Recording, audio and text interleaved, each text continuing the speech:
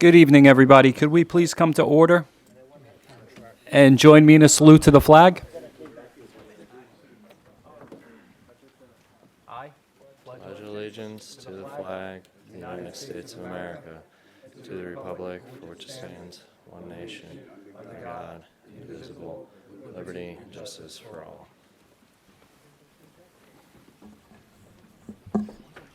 Cam, could we have a sunshine announcement, please? Yes, certainly, Chairman. Good evening, everyone. Today is Tuesday, November 12th in the year 2024. This is a Jersey City Planning Board meeting with a scheduled 5:30 p.m. start time. And in accordance with the Open Public Meetings Act, notice of this meeting has been given to the editor of the Jersey Journal, the Jersey City Reporter, and posted with the city clerk on November 8th of this year. And this meeting was also posted on the Jersey City Division of City Planning webpage, and all distribution materials made available to the board were published and made available to the public. All right, thank you, Cam. Could we have a roll call, please? Yes, Chairman. Commissioner Torres. Here. Commissioner Stamato. Here. Commissioner Cruz. Yes, sir. Commissioner Lipsky. Here. And Chairman Langston. Here. All right, we have 5 commissioners present. We have a quorum. Thank you. Bridget, could we swear in the staff, please? Do you swear or affirm the testimony or comments you're about to give in this proceeding will be the truth, the whole truth, and nothing but the truth? Yes. Thank you. Thank you. Cam, do we have any correspondence? Yes, Chairman, we have one item requesting to carry to the December 10th meeting with preservation of notice, and it is under old business, item C, and that is case P2024-0174, and that is for a 1-year extension to a preliminary and final major site plan with deviations at 250 Academy Street. So they have requested to go to the December 10th meeting with preservation of notice. And that concludes correspondence. All right, thank you, Cam. And we actually have one other item that we're going to carry right up front. I just have to find it on the agenda. Case P2024-0088 is an amendment to a previous approval, number P18-120. That's for 87 Bright Street.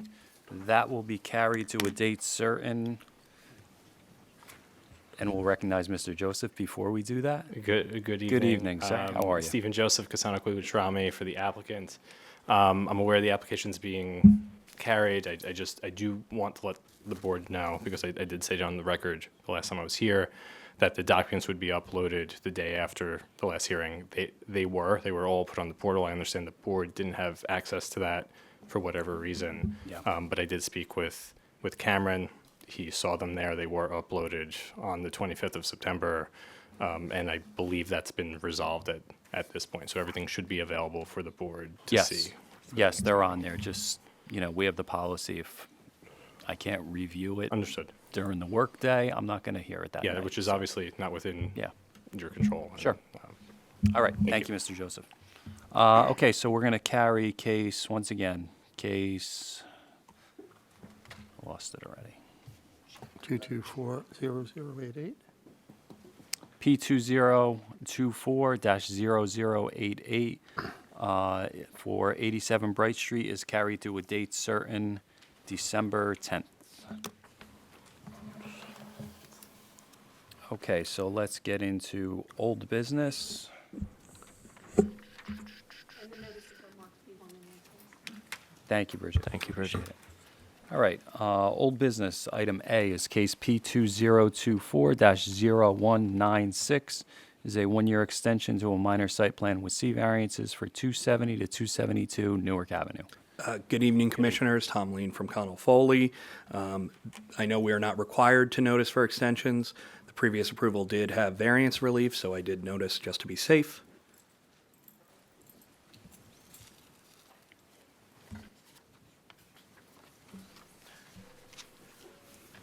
Thank you, Council. Chairman, I am received the affidavit of publication proof of mailing with respect to the extension request for the property at 270 Newark Avenue. I've had the opportunity to review it. This does appear to be the original of the same one that was uploaded electronically. A1 for purposes of the record. Thank you, Counsel. Council. We're requesting a one-year extension of the approvals granted to 270 Newark, which was for a five-story building containing 4 units and a ground floor commercial space. The holdup here is that in the interim, after they got this approval, my client was approached by somebody who wanted to operate a cannabis facility on the property. They came before this board and got approval for a one-story building there. Unfortunately, that is no longer in play. That cannabis operator is no longer interested in using the property. My client is ready to move forward with the development of the approval I'm requesting the extension for this evening, and the only thing that's holding them up from permits is the fact that the approval has expired. Okay, thank you, Counsel. I'm glad our time was used wisely. Okay, does anybody have any questions? No. Okay, thank you. Thank Is you. anybody here from the public that wants to comment on this? Anyone from public? See no public. I move to close the public portion part of the meeting. Second. Okay, motion is made and seconded. Public is closed. Cam, do you have anything you want to add?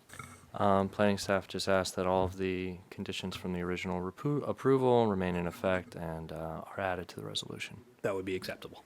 Okay, Okay. planning staff recommends approval. Thank you. All right, I'll entertain a motion. Mr. Chairman, I'd like to make a motion. Hold on.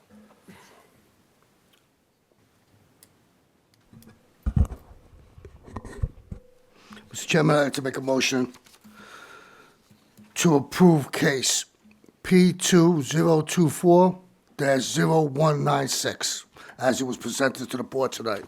Second. Okay, motion is made and seconded for approval. All right, Commissioner Torres, Aye. Commissioner Stamato, Aye. Commissioner Cruz, Aye. Commissioner Lipsky, Aye. and Chairman Langston. Aye. Motion carries all in favor with conditions. Okay. Thank you, Counsel.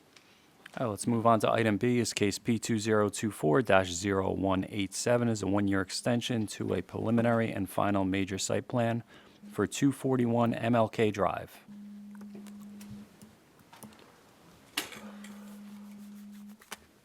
Good evening, Counsel. Good evening. Eugene O'Connell appearing for the applicant.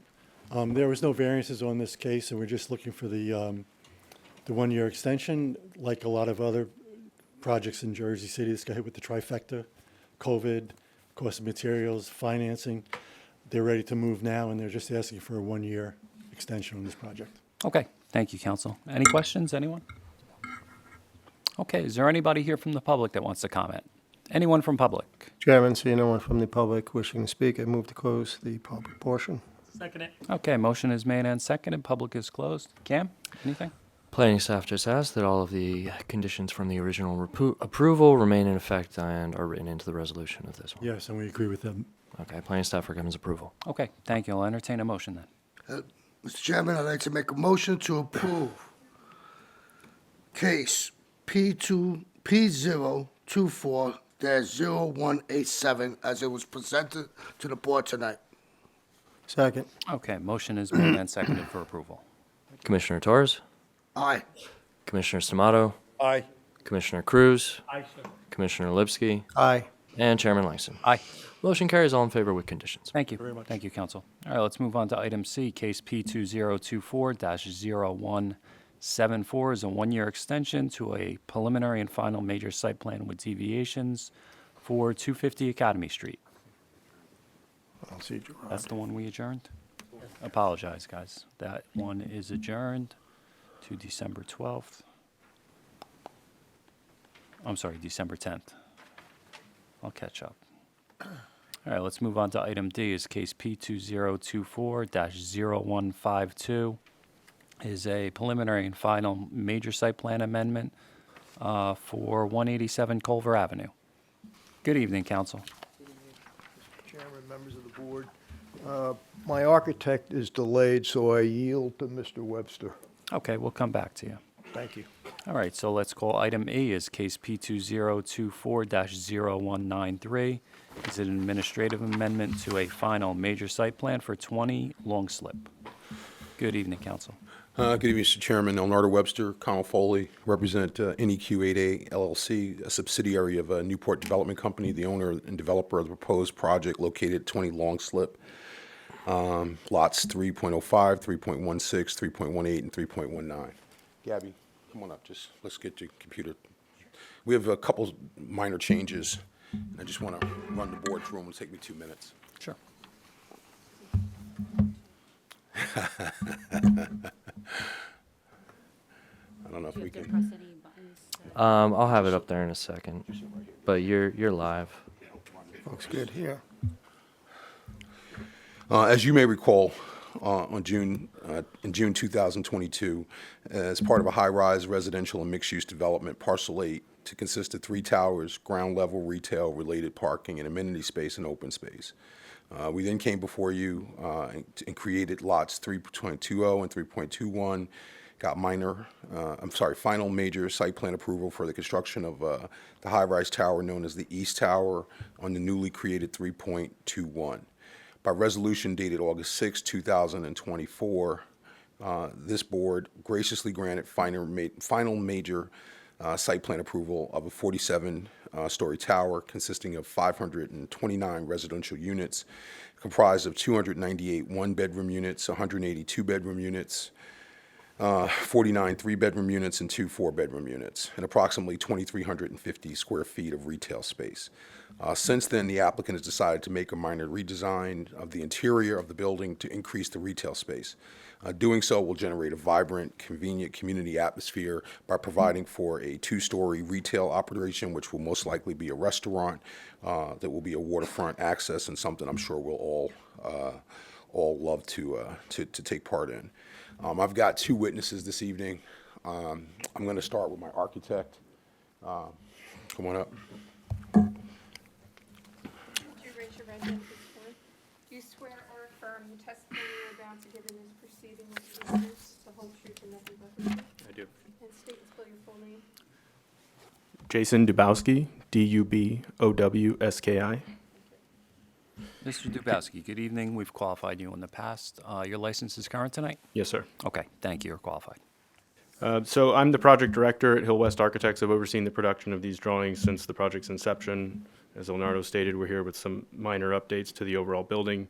Essentially, as we finalize the construction documents, coordinating all of the PSE&G equipment in the building, the electrical room kept growing, and the retail space continued to get compromised from its original vision. So if we jump to the first floor plan, you can see we've bubbled those changes. We've introduced an elevator, a convenience stair, and converted one of the 3-bedroom units that was at the second floor to now be the upper level of the future retail, cafe, restaurant.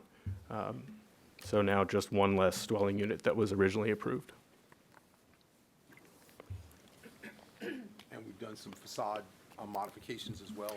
That's right. So as part of the completion of the construction documents along the north facade, we originally had some spandrel glass, back painted glass that had no see-through on it. As we finalized the documents there, we converted that to be a stucco finish on the north facade. Otherwise, there were just some minor tweaks to some exterior drain locations, again, as we finalized the construction documents. And then the one other item that Gabby may touch on, I think, is the transformer in the parking lot. I have no further questions for this witness, Mr. Chairman. Okay, thank you, sir. Anybody, any questions? The stucco finish that you're gonna be putting on, that goes all the way to the ground level to the second floor? There'll be a stone water table, and then the stucco finish will start. Stucco finish? Yep. And, okay, smooth, or it's gonna be a smooth finish? It'll be a smooth finish, yes. It applied over a CMU substrate. Thank you. Okay, anybody else? All right, thank you, sir. Thank you. Appreciate it. Thank you. Yeah, you wanna pop up? Do you swear or affirm the testimony or comments you're about to give this evening will be the truth, the whole truth, and nothing but the truth? I do. And if you could state and spell your full name. Sure, it's Gabrielle Gornelli, Gabrielle, Gornelli, Gornelli. Ms. Cornelli, good evening. Good to see you. Your license is current tonight? Yes. Okay, thank you. You're qualified. Would you just show the board real quick the modification to the rear parking area? Sure. And the transformer that we had to put in?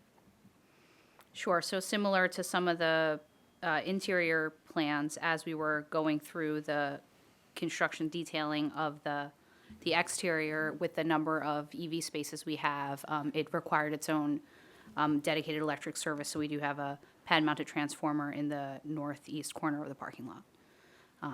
That's the only substantial change to the civil And that's just for items. the EV cars. That's for the EV parking, correct. And as the board remembers, this is a interim condition. We're actually going to put a building there at some point, so it is what it is, but this is an interim condition. It's a modification to that condition. Okay. I've got no further questions for this witness, Mr. Chairman. All right, thank you, counsel. Anybody, any questions? All right, thank you, Ms. Cornelli. Thank you. Appreciate it. Counsel, that's your presentation? That is, sir. Okay, thank you. Is anybody here from the public that wants to comment? Anyone from public? Chair, seeing no one from the public wishing to speak, I move to close the public portion. Okay, motion is made and seconded. Public is closed. Cam, do you have anything you want to add? I'm only going to ask that the applicant's attorney agree to the conditions listed in the staff memo dated November 6th of this year. Okay, planning staff recommends approval. Okay, thank you, Cam. Mr. Chairman, I just have one more thing. Sure. I just want to introduce a new attorney in our office. She's working in our Jersey City office, Rebecca Moriello. She's new here.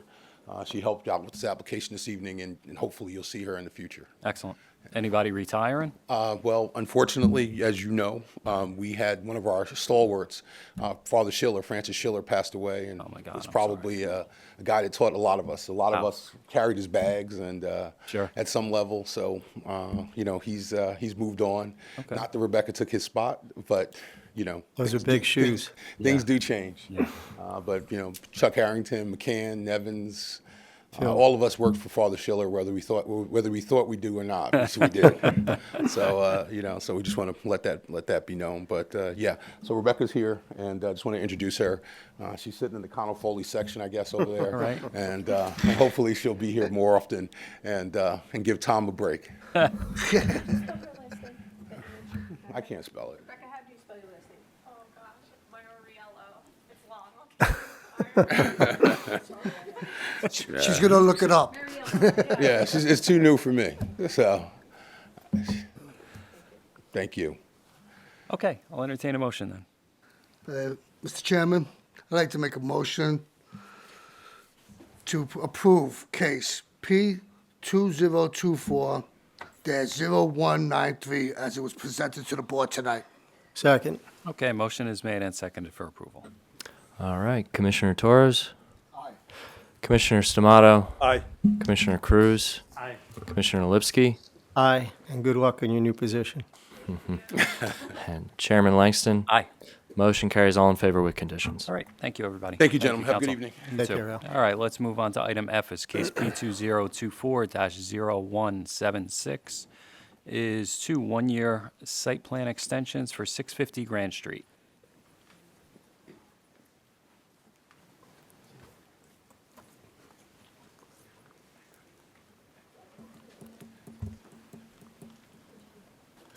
When you reach 75 is when you're really old, and that's when the first thing that goes is your hearing. So, so I apologize. No worries. Eugene O'Connell appearing for the applicant. Again, this is an application for a one-year extension.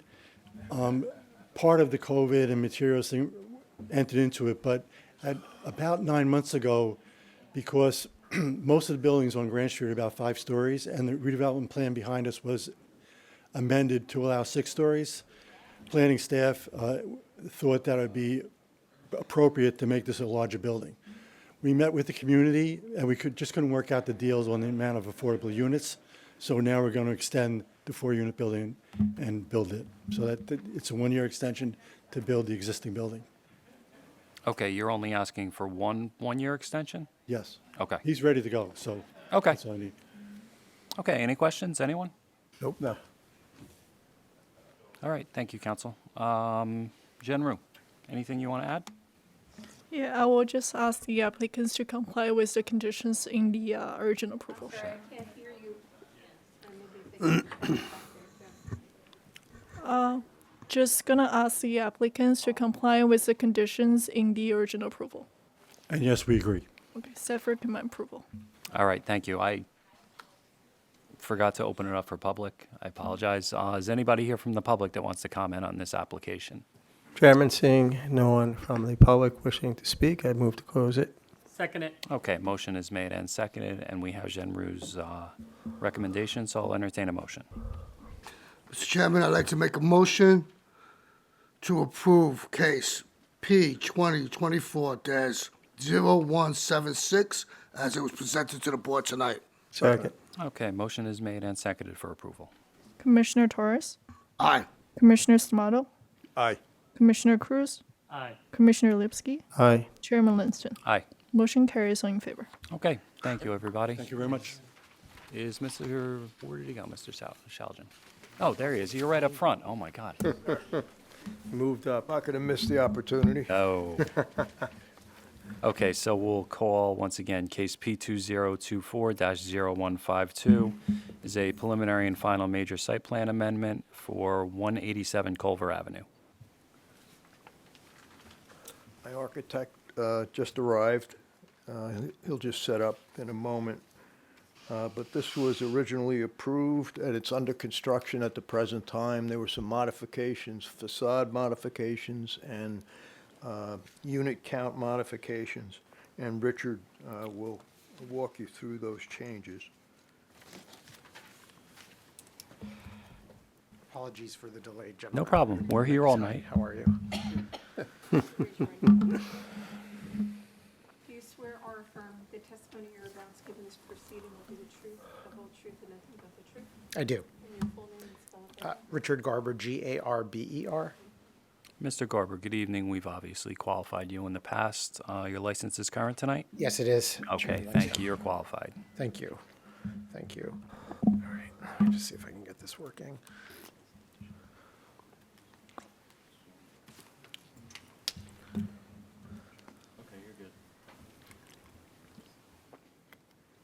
Great. So, except it's showing on the wrong screen. 1 second.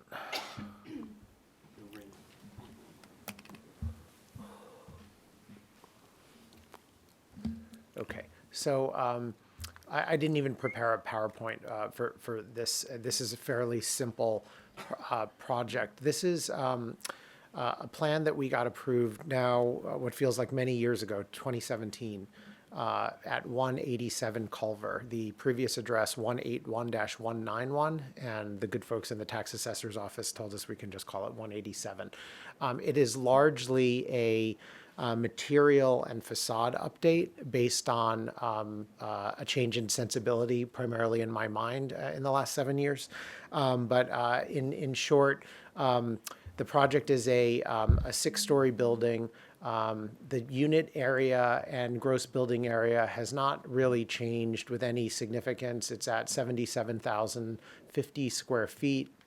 And you can see the units are 60 units with 19 one-bedrooms and 41 two-bedrooms, which is what we, I believe we previously had approved as well. The site is now, the building's well under construction. And to just take you through to the primary changes, these are a relocation of green roof elements. And so you can see this on the 5th floor plan that we had originally imagined, where I'm circling a green roof at an area that really looked to be common roof deck. And so what we've done is we've taken that green roof and we've relocated it to ensure that there's a one-to-one, there's no loss in green roof. It stays at steady state. And you could see what we've done is we've taken that patch of green roof from the 5th floor and we've added it into these two corners of the building on the 6th floor, which is the primary roof. And you can see we have a lot of green roof in the rear, and the green roof in the rear remains as imagined. There is no roof deck on this area. Part of the impetus for this change was that we actually had roof decks already on the 5th floor in these two locations, and we thought, why not put another small common roof deck here, relocate the green roof up to the primary roof, and stay in steady state. Now, where the changes have stayed on the facade, frankly, I'm not quite sure what I was thinking in 2017, but this is a fairly blah facade that we've changed, and it's far more exciting now. I have materials, and you can see it in the front facade that we have a fair amount of movement in it. The rear facade has not changed as much. but I do have a rendering that basically shows previous and now proposed. And these are all metal panels. I have some samples. I'm happy to share them with the board, but you can see it's a series of muted grays that moves a little bit. The building is also broken up in terms of its scale, so it moves between a 5 and 6 story. And what we've done as a sort of added feature is taken almost like a goldish bronze metal panel, and that's going to frame some of the windows, as you can see in the kind of varied pattern here. And what I like about this is what you're seeing is the building. You're beginning to see the west facade of the building turning that corner right here. And we have this small house that isn't going anywhere. And so what that does is it gives us an opportunity on that side of the building to carry some of these materials around to the western facade. And so that's what we're doing. And so in addition to the green roof, this is a fairly simple facade update. And I hope the board will agree that it's a better looking facade than what it was. That's it. Thank you, Mr. Garber. The panels, they're a matte finish, they're not reflective? They are not reflective. I do have samples here if you'd like to see them. This is an Alucobond finish, and I'll just take a couple out, and if I can approach, you'll Sure. get a sense of what these are.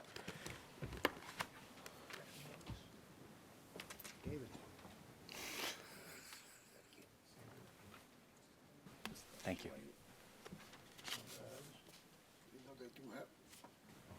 Even though they do have a shine to it, they're not reflective. They're It's just like a nice glare, though. That's the manner in which they're finished. Yes. Is almost like a, yeah.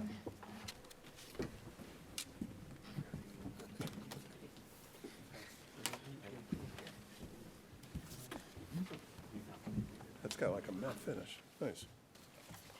Mr. Olampi, a little delayed, but I provided the notices. Sent you a notice. Mr. Black was reviewing them for the board.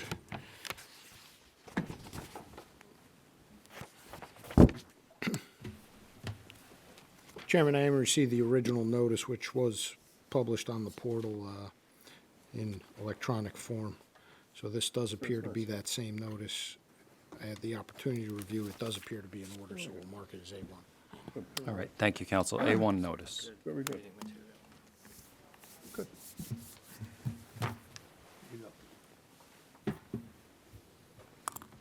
Okay, does anybody have any questions for Mr. Garber? Go ahead. No, I don't think so. Okay, thank you, Mr. Garber, we appreciate it. Thank you. Counsel, anything else? Nothing further, Mr. Chairman. Okay, thank you. Is there anybody here from public that wants to comment on this application? Anyone from public? Seeing no one from the public wishing to speak, I move to close the public portion. Second it. Okay, motion is made and seconded. Public is closed. Cam, anything you want to add? Yes, Chairman. Planning staff just asked that the applicant's attorney agree to the staff memos, conditions dated November 1st of this year. I acknowledge receipt of the memo. I have it in my hand dated November 1st, 2024, and the applicant agrees to be bound by the terms of that memo. Okay. Planning staff finds the changes to be aesthetically pleasing, and they meet all the goals and objectives of the redevelopment plan, and planning staff recommends approval. Okay, thank you, Cam. All right, I'll entertain a motion. Mr. Chairman, I'd like to make a motion to approve case P2024-0152 as it was presented to the board tonight. Second. Okay, a motion is made and seconded for approval. Commissioner Torres? Aye. Commissioner Samato? Aye. Commissioner Cruz? Aye. Commissioner Lipsky? Yeah, I agree that the facade update is an improvement, and I vote aye. And Chairman Langston. Aye. Motion carries, all in favor with conditions. Okay, thank you. Thank you, counsel. Thank you. All right, let's move on to new business. We'll hit item 9, discussion of the annual planning board reorganization. Let's open it up. How do we start? Do we open it up for secretary first? Nominations for secretary? Okay, I'll open it up for nominations for secretary and co-secretary, I believe we're still calling it? Deputy secretary? Yeah. Okay, so I would like to nominate Cameron Black and Matt Ward for those positions. Second. Second it. Okay, we have a motion and a second Do we have any other nominations? Any other nominations? Seeing no other nominations, I move to close this and move on. Okay, nominations are closed. Cam, could we have a roll call for secretary and deputy Yes, Chairman. Commissioner Torres, on the nomination? Commissioner Stamato, that's one aye. Aye. Commissioner Cruz. Aye. Commissioner Lipsky. Two finer men I couldn't think of, I vote aye. Okay, thank you. Chairman Langston. Agreed. You guys do an amazing job for us, and we appreciate everything you do, so it's an easy aye for me. Thank you very much. Motion carries, all in favor.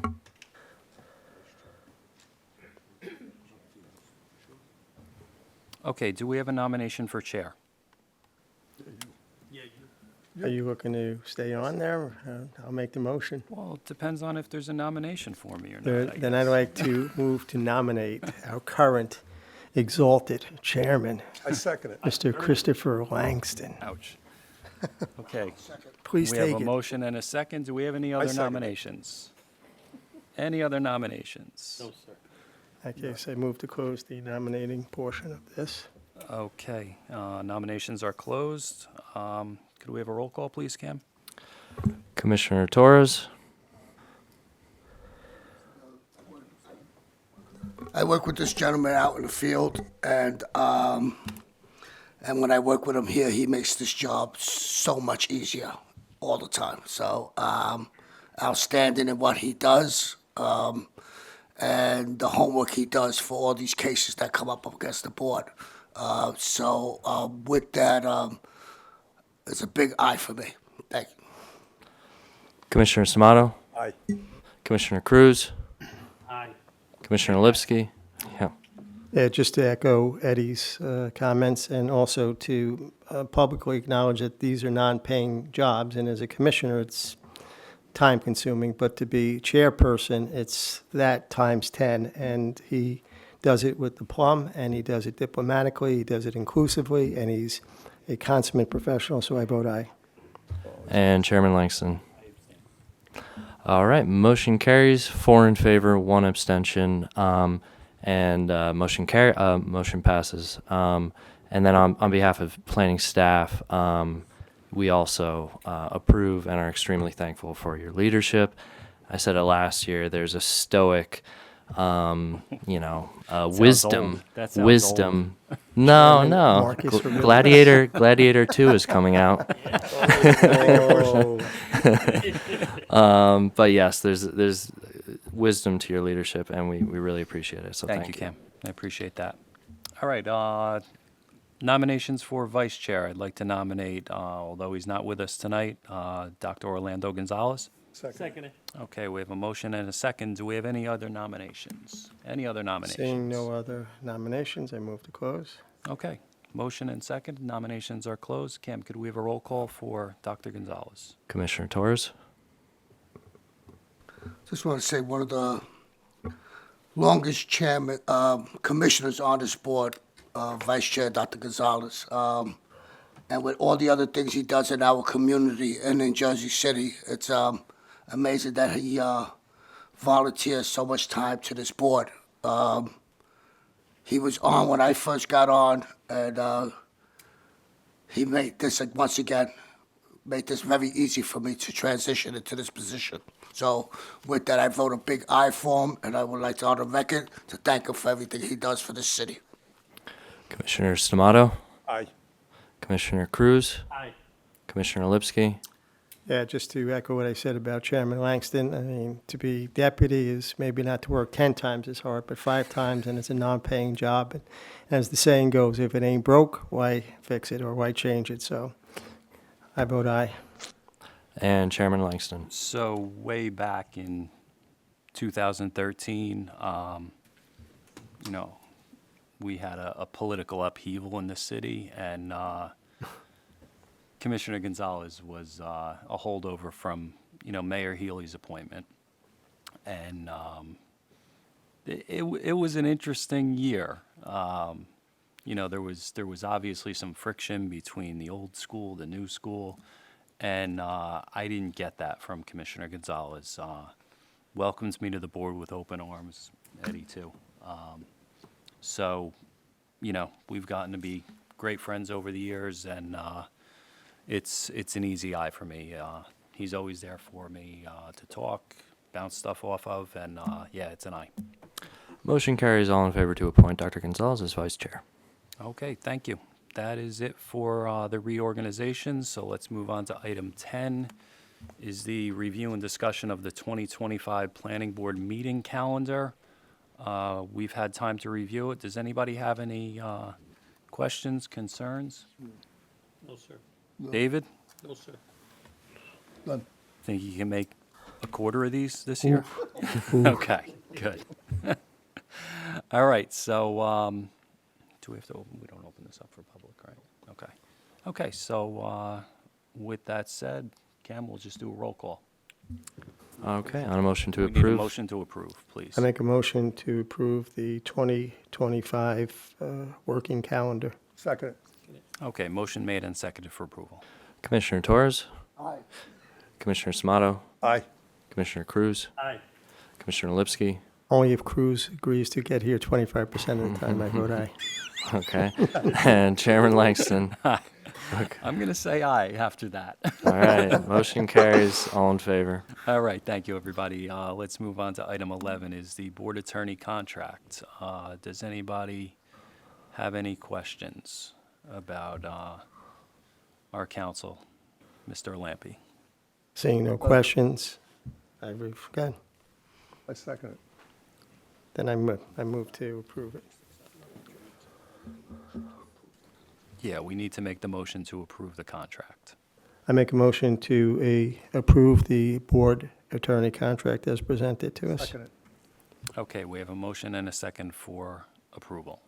Roll call, please, Cam. Okay, on a motion to approve. Commissioner Torres. You know, I've been on this board for like 2012, maybe 2011. Sometimes I'm not sure. It's been a while. A few different councils sat at that table.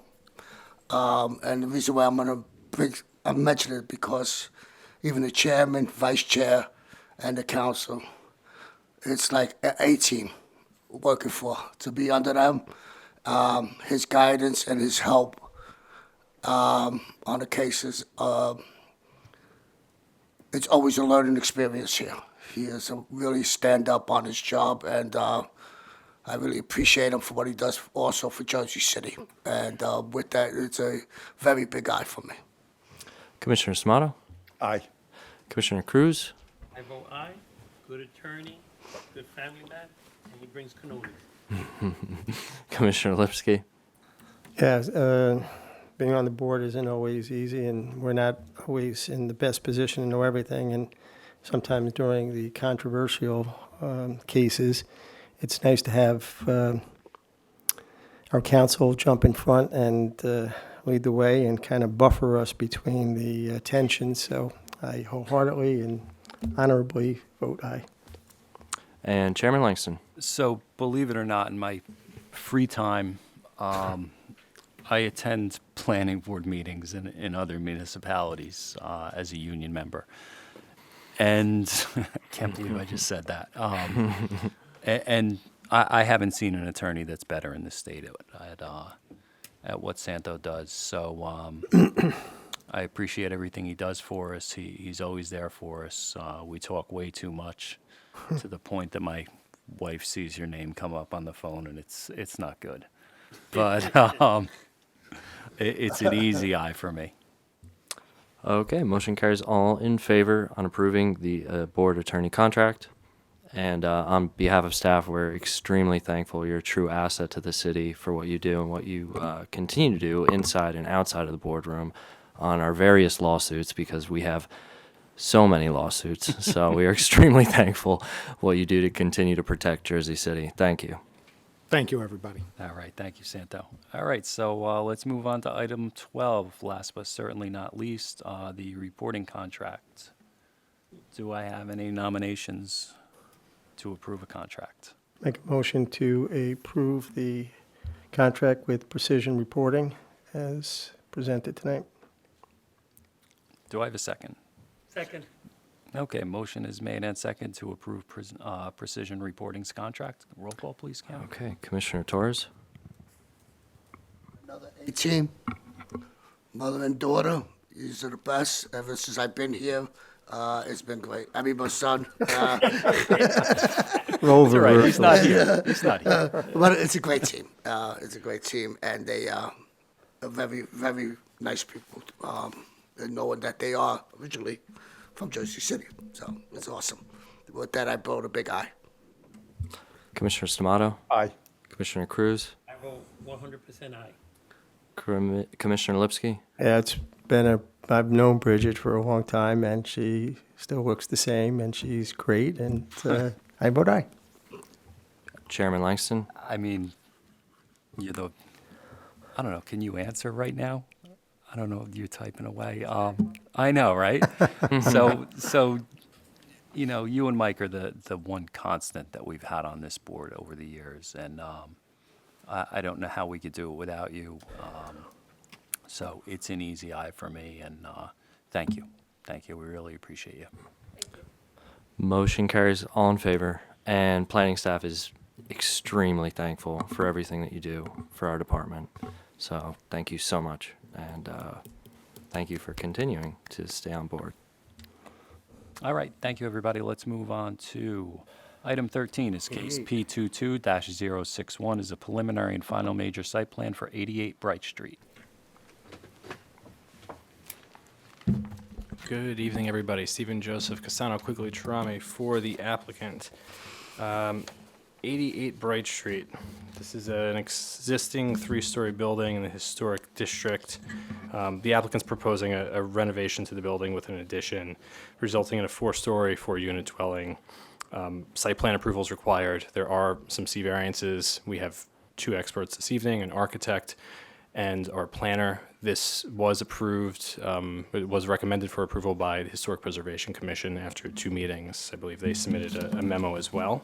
And this was a notice application, so I do have notices, if we could mark those as A1, please.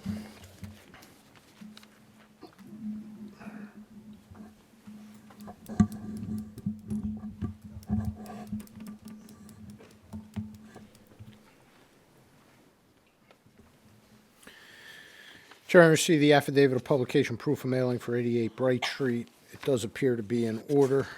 We're going to mark it as A1 for purposes of the record. Thank you, counsel. All right. William Weckerman's our architect this evening. Let's get him sworn in.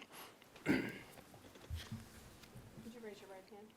Do you swear or affirm the testimony you're about to give will be the truth, the whole truth, and nothing but the truth?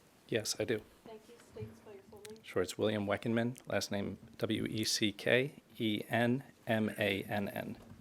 Mr. Weckenman, good evening. We've qualified you in the past as well. Yes. Your license is current tonight? Yes, it is. Okay, thanks, you're qualified. Thank you.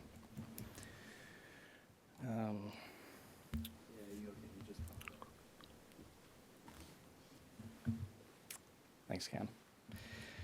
Okay, so this is a nice project located on the north side of Bright Street.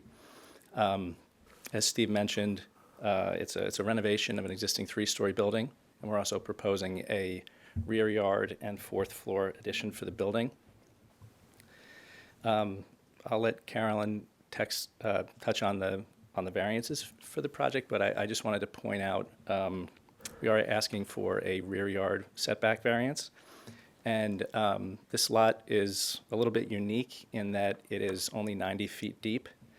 The lot behind it is 110 feet. So we're asking for 27 feet, which is proportional to the lot depth, 30% of the lot depth. And this actually results in a larger rear yard setback as measured from the predominant condition on the block.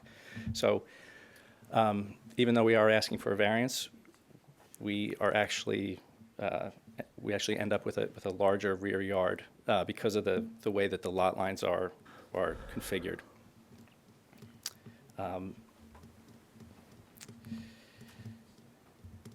So moving on to the existing and the proposed site plan. The lot to the west is currently a vacant parking lot. These lots are owned by the same owner, and are also, the owner also owns the church at 445 Jersey Avenue, which is located on the right side of the plan here. And currently, both of the lots, both of the rear yards of both the rear yard of this lot and the lot next door are used as surface parking. Another unique feature is that there's an access easement for the church, which extends along the western property line on 90 Bright Street, and then extends across the rear yard of this property, connecting to the church at 445 Jersey Avenue. So we are maintaining that as part of the project, and it does affect the design of this building, as we do have a couple of lot line windows, which would otherwise not be permitted. And we do have this access way maintained along the rear property line. So we are proposing retaining the existing building. We are removing the rear wall and constructing a rear yard addition. We're proposing a street tree, as well as the usual curb and sidewalk improvements. We're also proposing improvements to the existing stoop, which will remain. The front of the building will remain largely unchanged as part of the application.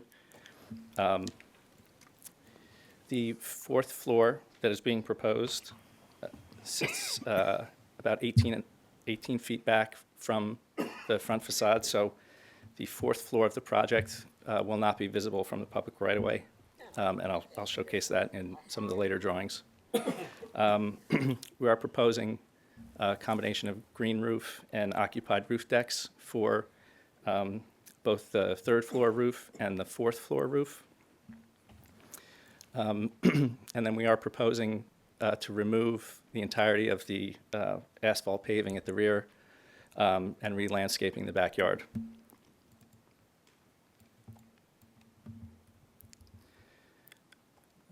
I'll just skip over the typical details and move on to the floor plans. Starting with the garden level, we have the existing plans on the left and the proposed on the right. So we are proposing a two-bed, two-bath apartment for the ground floor with bedrooms at the front and center of the plan, with a large living and dining room towards the back, which opens up to the rear yard. Entrance to this unit is through the existing door, which is located underneath the stoop. We're proposing refuse storage underneath the stoop as well as the building utilities on this level. The upper three units are accessed through the main door, which, as I mentioned, will stoop will remain, the door will remain. The unit on the first floor is similar to the lower level, where we have two bedrooms and two bathrooms. Similar configuration, with the bedrooms towards the front and the living room towards the rear.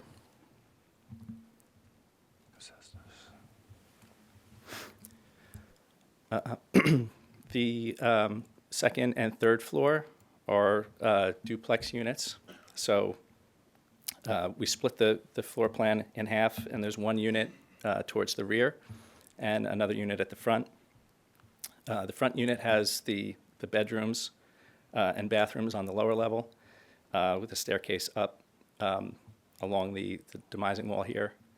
The unit in the back is the opposite configuration. We have the living room and the kitchen on the lower level, with the bedrooms and bathrooms on the fourth floor. As I mentioned previously, we do have a 17.5-foot setback for the fourth floor addition, with a green roof and a roof deck on the front portion of the roof. We have the living room and the dining room for the front unit on this level, and as I mentioned, the bedrooms are for the other duplex unit are in the rear. Both units have private decks on the fourth floor roof that are accessed through a glass roof hatch. There's no bulkhead proposed.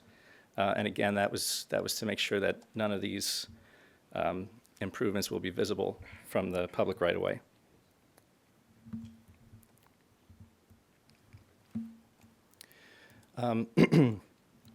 We have, on this page, we have the existing and proposed front elevation. As I mentioned, the stoop and the front entry door are remaining. We are replacing the doors to match the 38 tax assessor's photograph. We're also going to be repointing the brick, replacing all the windows, and repairing the cornice. We'll also be reconstructing an iron fence at the garden level, which was removed at some point, which is another nice feature of the project.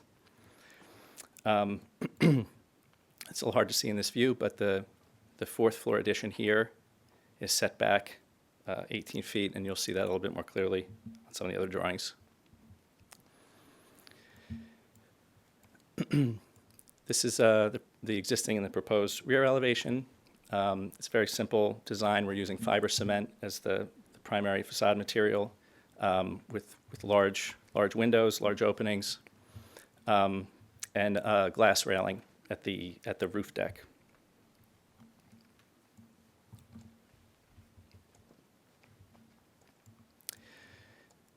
Moving on to the west elevation. This dashed line represents the outline of the existing building. Just to give you a little bit of reference when looking at this, what's existing versus proposed.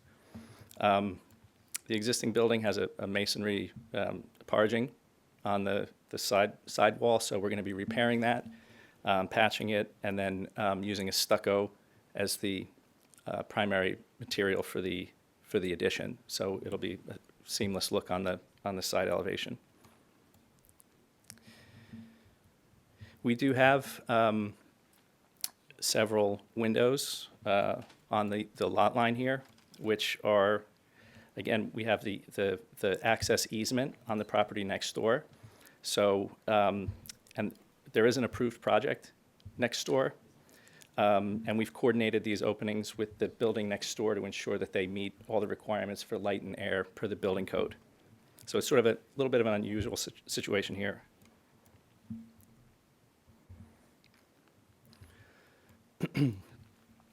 Here's a section cut through the building, and again, this helps to highlight the sight line from across Bright Street. So again, the fourth floor addition and the roof deck are all set back such that they won't be visible from across the street. Bright Street's a wider street, so it's a little bit difficult to made it a little bit more challenging to lay out this building compared to some other streets which are 60-foot right away as opposed to 80 feet.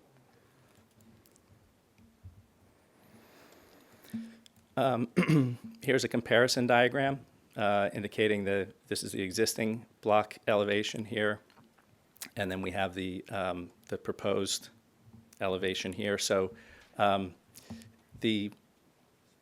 overall, the massing of the building is in keeping with what's found on the block.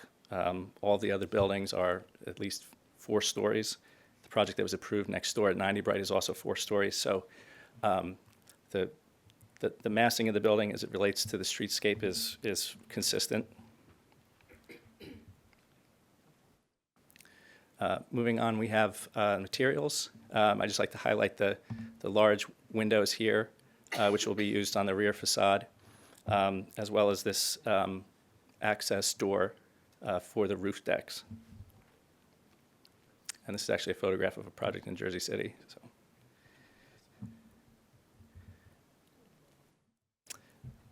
for an additional reference, we have another block diagram that shows the proposed building at 90 Bright Street. Again, just to give a little bit more context and see how both of these projects will fit together in the streetscape. And then finally, we have a proposed rendering of the front facade showing the improvements. And Will, the rendering does need to be entered as an exhibit, right? Not this one. Not that one, sorry.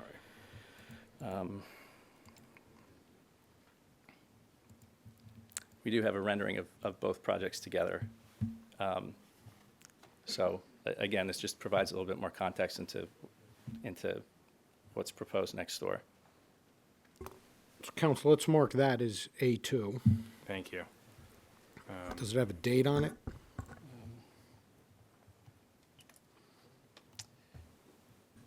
June 1st.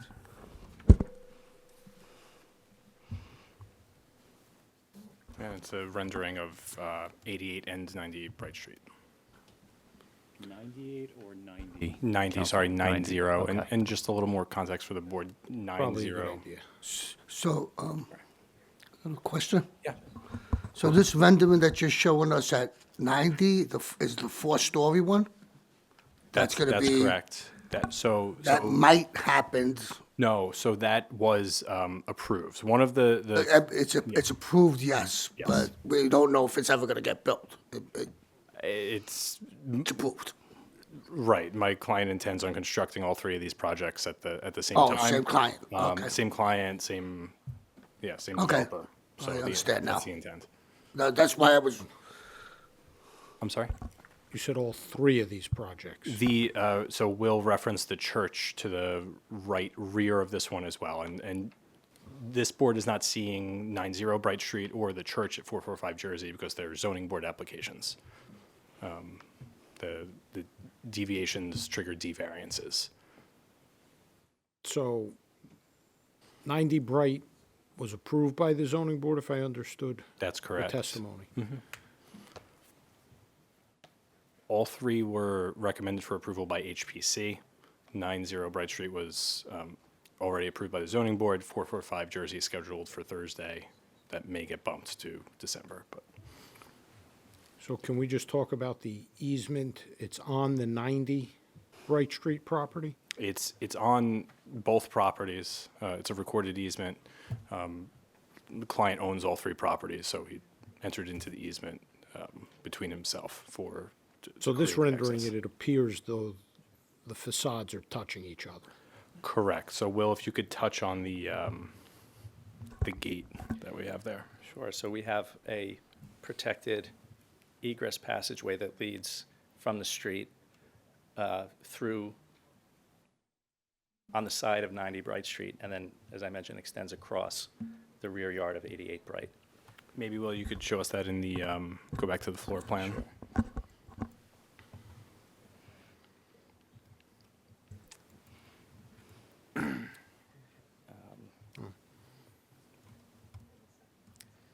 Let me go to the, I don't know if it's easier to see on the floor plan or.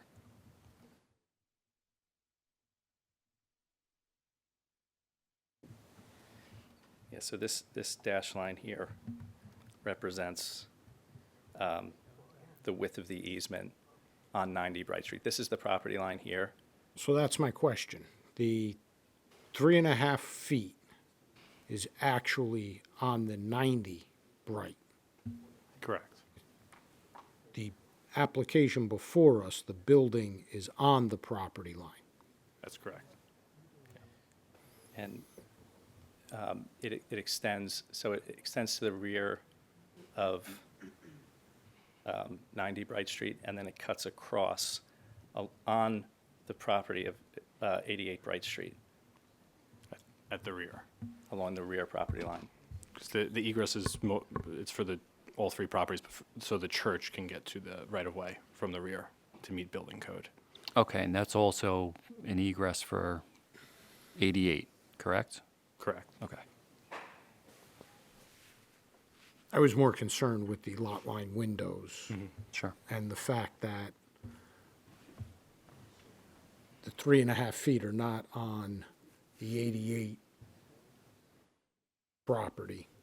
But obviously, if the 90 property has been approved to be developed, they're under common ownership, and the easement is, the physical egress easement is on the 90 property, then they're gonna have to respect those lot line windows, even if that easement were to be extinguished for whatever reason, right?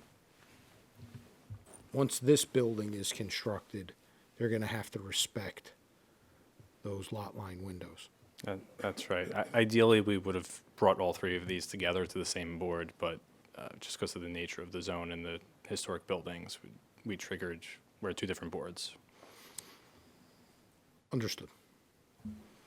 Okay, thank you. Mr. Weckenman, anything else? That concludes my testimony. Happy to answer any questions. Okay, any more questions? Yeah, just one more question then. I'm confused with these. You mentioned that there is the west side windows are laid out in a way where the building next step is going to be put up won't affect the windows, right? Yeah, that's correct. And that's only if it stays within the owners and nobody ever develops on there, right? So are those windows existing in that building, or we're going to be, No, these are proposed. they're proposing these windows on the side? I also, we mapped out the footprint of the upper floors of 90 Bright Street, which, and it's a little hard to see, but it's basically this dash okay. line here. So again, it just provides a little bit of context as to where those windows are in relation to the building next door. The building next door is also using this setback for their own windows. So there's no way that they could reduce or eliminate this courtyard conceivably, because it's necessary to provide, that 3-foot setback is necessary to provide windows on the adjacent building as well. So So that's my question then, but that's all good if it's under the same developer. What happens if it changes then, council? So even if it changes, That's- right? Even if it changes, they have to respect that 3-foot separation. So what the testimony is the windows were, if I understand the testimony, the windows are intentionally staggered in 90 and 88 so that you can't see into each other's windows. Is that accurate? yes, that's another component to this. Yes. That's how you designed the two buildings, correct? With respect to that 3.5 feet, it's on 90. 90, being under the same ownership as 88, has determined and allowed that 3.5 feet separation distance for purposes of code and window to be on their property for both buildings. So if 88 gets built on the property line and 90 doesn't get built and gets sold, and the new owner wants to build on the property line, they cannot do that, even if the easement isn't there, because those windows will have been established on the property line, and they're going to have to respect the 3 feet. They will. Now, as we know, right, you can get into the window wells and such like that, but that's a code issue. Okay.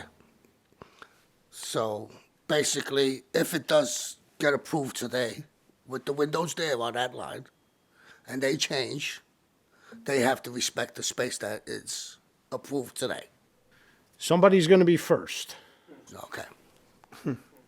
Just want to be, I want to be clear on that because, But Mr. Joseph has indicated that he believes it's going to be built in this configuration simultaneously by his client.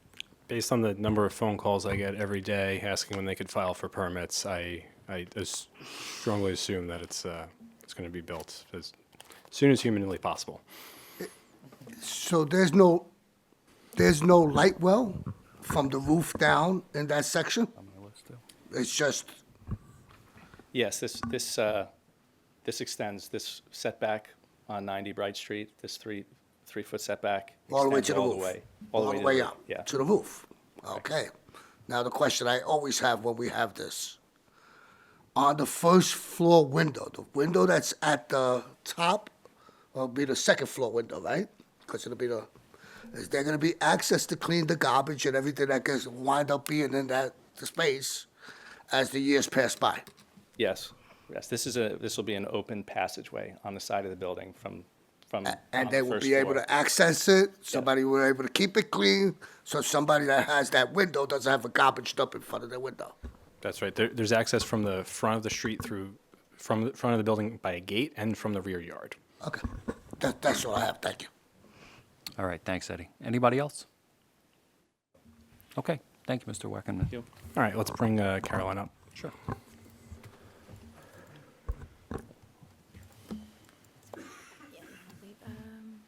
Actually, you want to leave it on the site plan? Site plan.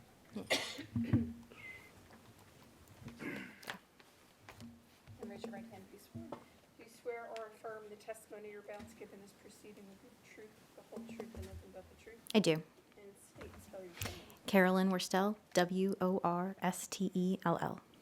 Ms. Worstel, good evening. Your license is current tonight? It is current this evening. Okay, thanks. You're qualified. Thank you. Pleasure to see you all again this evening. Yep. So again, we're here this evening for 88 Bright Street. We are seeking a couple of bulk C variances. We're looking for a minimum rear yard setback, a maximum building coverage, and maximum building height. So starting off with that minimum rear yard setback, as Will had previously mentioned, this property itself is undersized. We are only 90 feet deep, where 100 feet is typical, and that's what all the standards in the zone are based on, is 100-foot lot depth. So the H district, which basically requires a minimum of 30-foot rear yard setback. Typically, when you do the math, that would be a 30% rear yard setback. We are proposing a 27-foot setback, 27-foot setback, which is proportional. It's still 30%. It's just we have a shallower lot depth by that 10 feet. And as Will mentioned, if you were to compare this to a 100-foot lot depth, we'd actually have 37-foot setback from that, where that, if we were 10 feet deeper. So that's how that math works out, that we would end up with a deeper setback than you would typically find on a 100-foot lot. So I think overall, this is a hardship case, your classic hardship case, in that we are on a shallower lot, and so what we're seeking is a proportional reduction in the requirement. And as mentioned here, we are capable of providing adequate, building depth, and we're still providing a rear yard, and we still have space for a 4-foot wide egress easement on the rear of our property. Consistent with that rear yard setback variance, we are seeking a maximum building coverage. The project is proposing a 70% building coverage, which equates to 1,575 square feet, where a maximum 60% is permitted in the H district. This is conforming use. We're providing conforming front and side yards. So that additional 10% of building coverage, it's really not a significant adverse impact, especially when you realize that we are a smaller lot than is typical. And this project really is actually providing a lot of benefits. Even though we're asking for additional building coverage, we're actually making the lot coverage of this lot significantly better than what it is today. Currently, we're a non-conforming 92% lot coverage because the rear yard is essentially completely impervious. It's parking. And with this application, what we're going to be doing is we're adding in significant greenery in that rear yard, and we're actually reducing our lot coverage to 80%. So even though we have additional building coverage, we're still able to provide a conforming lot coverage on this site. And then in addition, there's significant improvements with the roof, including over about 440 square feet of green roofing. So overall, this project is going to be in a better condition in terms of its coverage with this improvement than it is today. And then looking at our maximum building height, the historic district, the H district, permits a maximum building height of 4 stories and 40 feet. What we're proposing is 4 stories and 41 feet 9 inches. So we're only asking for an additional 1 foot 9 inches. To give a little bit of context, we are reusing an existing structure, and the existing structure has some larger than typical floor heights. Starting off with our garden level, which is 7 feet 11 inches from grade, but it is slightly, below finished grade. So the floor to floor height there is 10 feet and 3 inches. So that's a pretty tall floor to floor height for a garden level. And then our first floor level is 12 feet, and the second floor is 11 feet 2 inches. So those are our floor to floor heights. Typically in Jersey City, when we're looking at new construction, you're seeing a lot of 10 feet floor to floor. So this older building has taller floor to floor than you expect, and so that's results in a little bit higher building height than you would typically find for a 4-story building. And like I said, it's just 1 feet 9 inches is really what we're asking for to get you to that additional 4th floor. And it will not have any discernible difference to the public with that additional height. It's further visually diminished by the fact that that 4th floor is substantially set back. It's 7 feet 6 inches, so it's, you're not going to be seeing that additional height from the street. And then additionally, where you will see the height, that building height is not going to be inconsistent with what is adjacent to us. As you have you saw the renderings of 90 Bright Street, which is next door. That is a little bit higher. And so this building will be proportional and consistent with the other 4-story buildings along this block. And so visually, you're not going to see it as a real impact, a visual impact. Overall, I think this project advances the purposes of the municipal land use law. It's consistent with Purpose A. It's an appropriate use and development of the property. It's a 4-unit townhouse, which is the permitted use in the historic district. We're providing setbacks that are providing adequate light, air, and open space, consistent with Purpose C. It's promoting a more desirable visual environment, consistent with Purpose I, with both the improvements to the facade as well as to the improvements in the streetscape with the street tree, as well as the landscaping improvements. I don't believe that this will result in a substantial detriment to the public good or general welfare. Again, it's expanding an existing structure to be a permitted use, that 4-story, 4-unit townhouse. And it provides all those benefits on the street as well as the reduction in your lot coverage. I don't see this will not result in a substantial impairment to the intent and purpose of the zone plan or the zoning ordinance. It's consistent with the purpose of the H district to recognize significance of these neighborhoods because of their varied and well-preserved historic character. And it advances the Jersey City Master Plan by continuing to enhance residential neighborhoods and ensuring the city's housing is balanced and meets the needs of all current and future residents. So I think overall, the 3 variances can be granted and that they meet both the positive and negative criteria. Okay, thank you, Ms. Worstel. I have no questions. Anybody else? Okay, thank you. We appreciate it. Council, anything else? That concludes our direct testimony. Thank you. Okay, thank you. So at this time, let's open it up for public comment. If anybody's here from the public that wants to comment on this application, please come on up. Seeing no one from the public wishing to speak, I move to close the public portion. Okay, motion is made and seconded. Public is closed. Francisco, this is yours. Do you have anything you want to add? I will be very brief. So staff does agree with the testimony Ms. Worstel just put on the record. I would also like to add that the overall height increase complies with the height in stories requirement for the H district. Staff does see the 1 foot and 9 inches as de minimis. The proposed additional height will be consistent.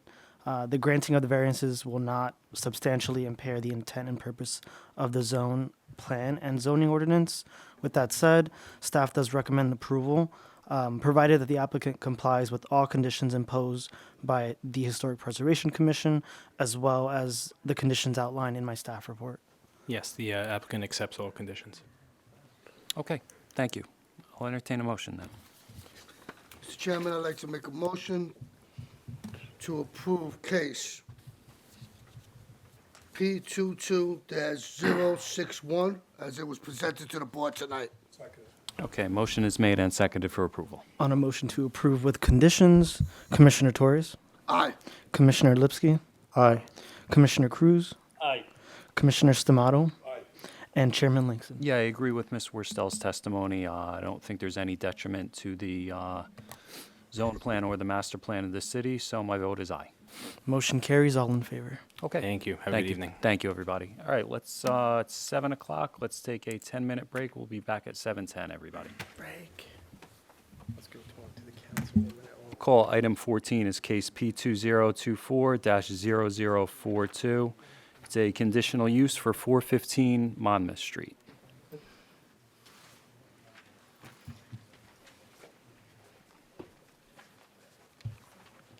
Good evening, council. Good evening. My name is Duncan Delano of Tartar, Krinsky, and Drogan on behalf of the applicant Warrior Weed LLC. We're here for a conditional use application at 415 Monmouth Street, block 9902, lot 18. The applicant is doing a very minor interior renovation to build out the commercial store unit for cannabis dispensary. And we provided proper notice. We are in the correct NC1 zone. There is another applicant within 600 feet located at 270 Newark Ave, which has been approved by this board. However, they have not, as of today, checked. They have not pulled any permits for that work, which is my understanding of when the 600-foot buffer would be put in place. And with that, I'll turn it over to our one witness, the architect for the project, Will Weckenman, who's already been qualified tonight on a prior application. Okay, thank you, council. And while we check your notice, you are correct. That 600-foot rule is triggered by time that permits are pulled, not by application. Mr. Chairman, I am in receipt of the affidavit of notice proof of publication. I've had the opportunity to review it. It does appear to be in order, so we will mark it as A1 for purposes of the record. Thank you, council. And Mr. Weckenman, if you could just state for the record that you realize that you are still under oath tonight and have been qualified already. Yes. Okay, confirmed. thank you. Thank you. It's nice to have two back-to-back. This is it. Right? So this is about as simple of as an application from an architectural standpoint as you can get. As Duncan mentioned, it's an interior fit-out of an existing commercial space. There's really no work that's being proposed aside from interior millwork, storage and display cases, and minor repairs and upgrades to the space. There is an odor mitigation plan in place. I have that available if there's any questions on it. Generally speaking, the merchandise will be packaged, prepackaged within the space. We're proposing charcoal filters for the ventilation, all of the typical HVAC improvements that are associated with cannabis dispensaries. The only exterior work that's being proposed is a change to the window sign. The storefront entry is remaining, as is storefront window, although it will be, the glass will be replaced with an impact-resistant glass, and it will be frosted. But other than that, there's no exterior improvements proposed with this application. And that concludes my testimony. Happy to answer any specific questions. All right, thank you. So, as everybody knows, this board is only concerned with the zoning of the retail space. You know, we have no opinion on cannabis or anything else that would go there. But if you could just walk us through the flow, like the customer flow. How do people come in? How are their IDs checked? Sure. I also have the owner here who can provide some additional insight into the operations. There is a security desk here immediately next to the entrance with the check-in and ID verification equipment. There is a limited sales and display area here.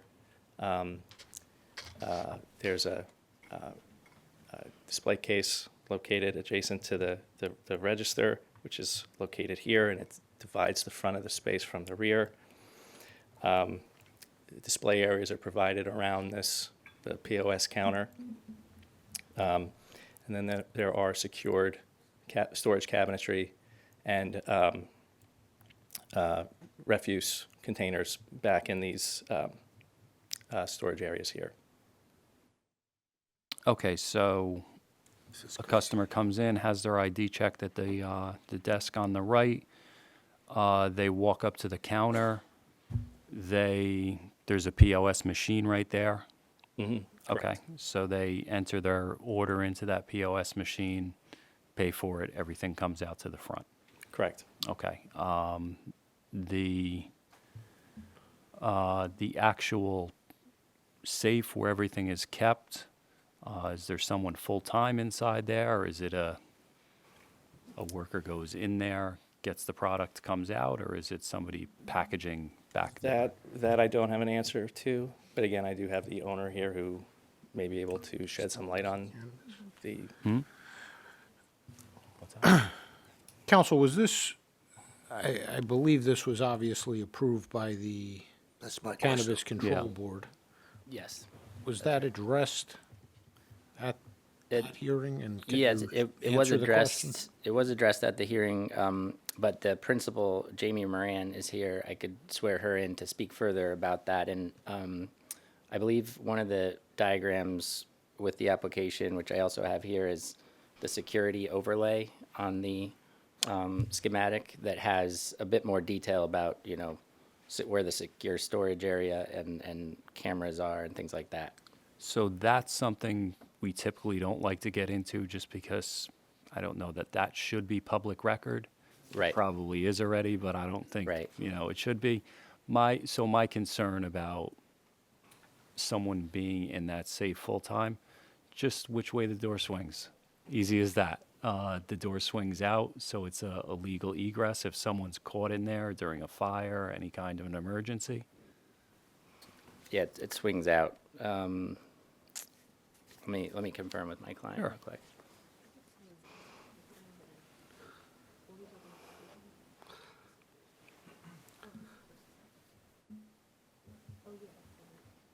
Can I ask council a question?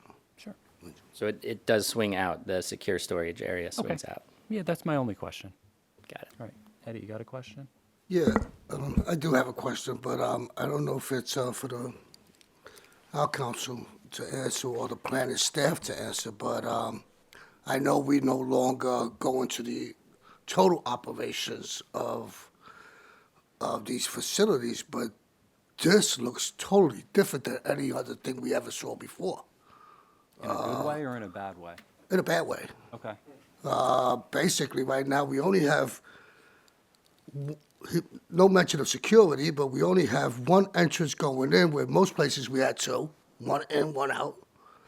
Right now, I see the people that are gonna be waiting with the people that are buying, which was, I thought, at one time, not to be in that situation, right?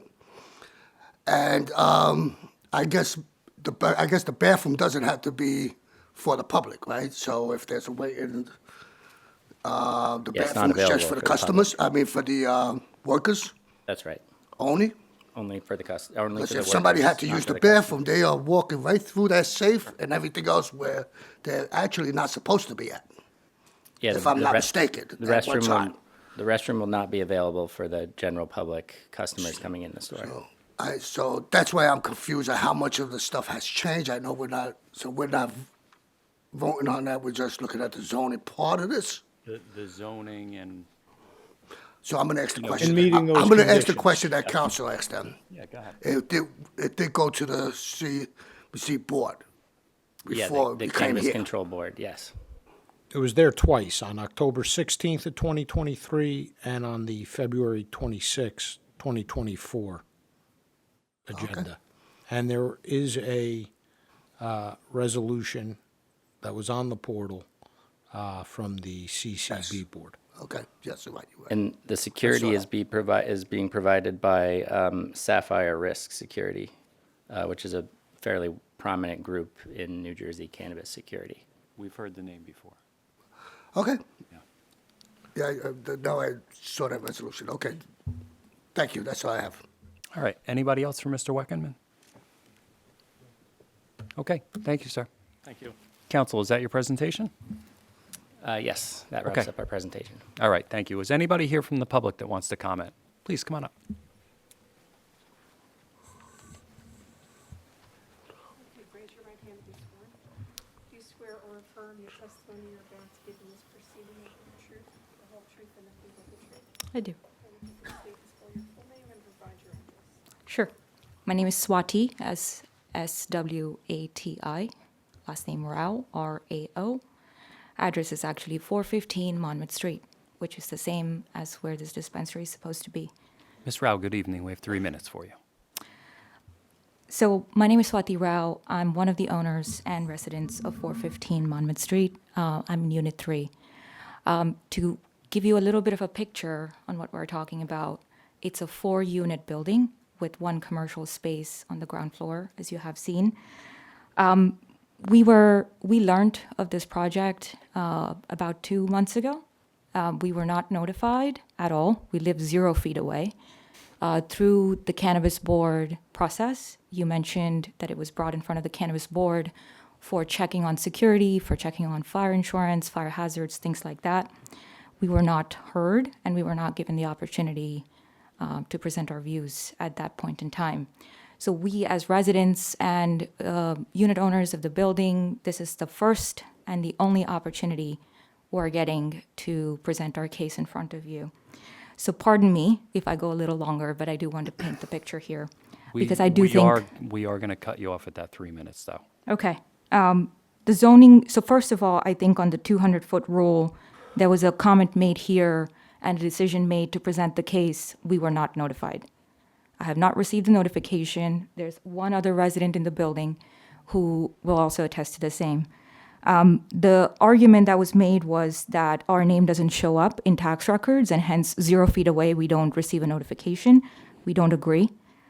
And we flagged this issue several times with the planning board as well as related parties. As a resident who is herself the owner, lived in the space for a long time, I think she knows all of our names and they know where we live. We're a community, and we haven't been notified or heard, and this is an effort for us to be heard.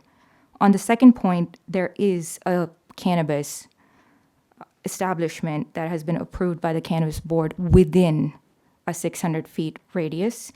There is still a possibility, and it is a pin on the map on the official Cannabis Board website.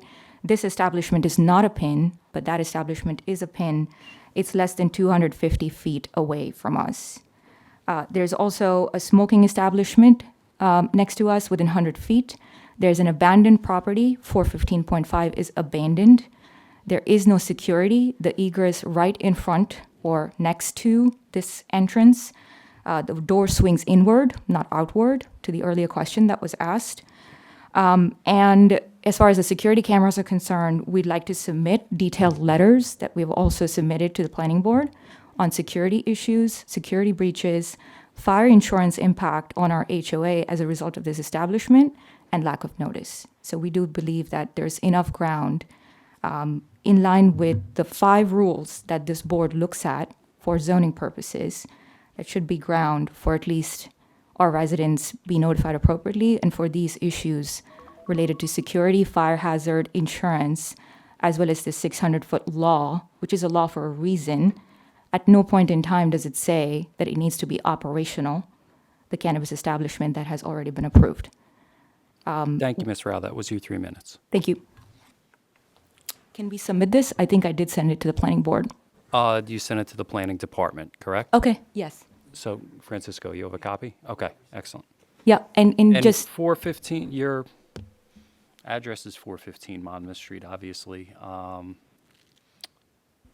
You're a condo building? correct. Okay, is there a condo association Yes. attached to it? And this is in violation of our HOA bylaws, which is also in the letter, along with proof from our insurance and a fire insurance proof letter. So, HOA bylaws aren't I understand. city law. We're not governed by your HOA bylaws, but if notice went to your HOA, it doesn't usually go to individual units. It was reviewed, so all four of us are in the same building. We've all checked our mail repeatedly. And I checked as of Friday. I've called the planning department and called Francisco, who also confirmed as of Friday morning. I spoke to him this morning, who said that our names, none of our names, all four residents, don't show up. Ma'am, what's the name of the condo association? 415 Monmouth condominiums. Sorry, 415 Monmouth Street condominiums.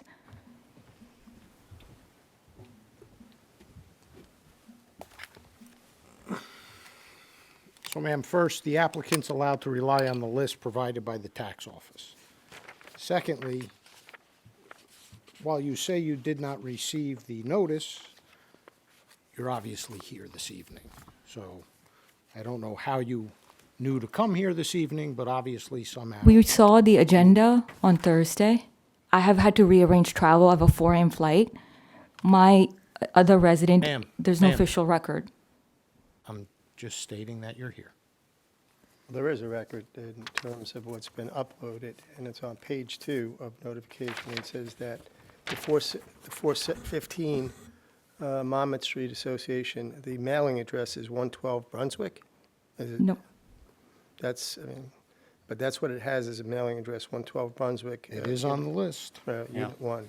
That's what's listed on the tax assessor's Unit list. 1 owner lives in 415 Monmouth Street, Unit 1.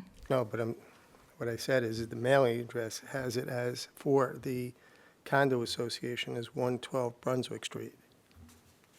So for a condo association, whatever address is listed as the HOA, that's where that mailer goes to. I can confirm that the condo association, all 4 unit owners, 3 out of 4, live at 415 Street. Ma'am.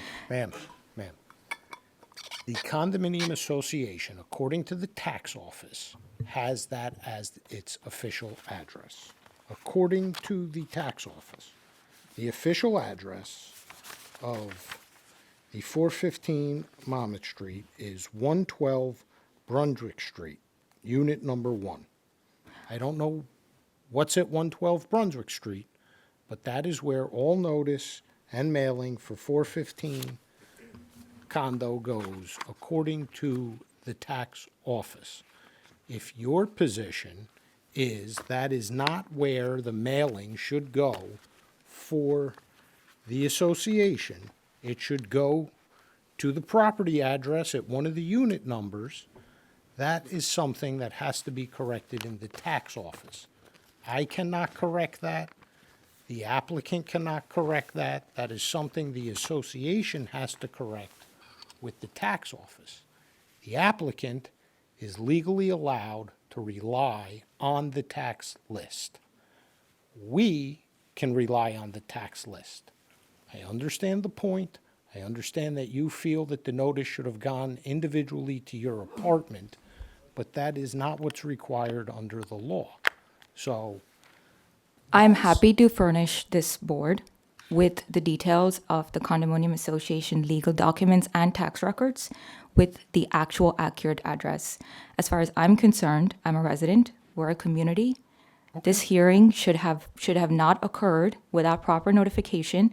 We're all here because there's, to a certain degree, the legal requirement is tied to what can be checked. We are all taxpayers, including 415 Monmouth Street condominiums, and we have not used that address. It was a prior address by the original builder who hasn't been here for several years. So if there's no responsibility of this board to check that 0 feet away, what is being approved and what impacts our lives every day, that there is no notification going to us and we don't have a right to know, and nobody here cares or is pointing to a legal requirement that is incorrect tax records after I have flagged the issue for 2 straight months.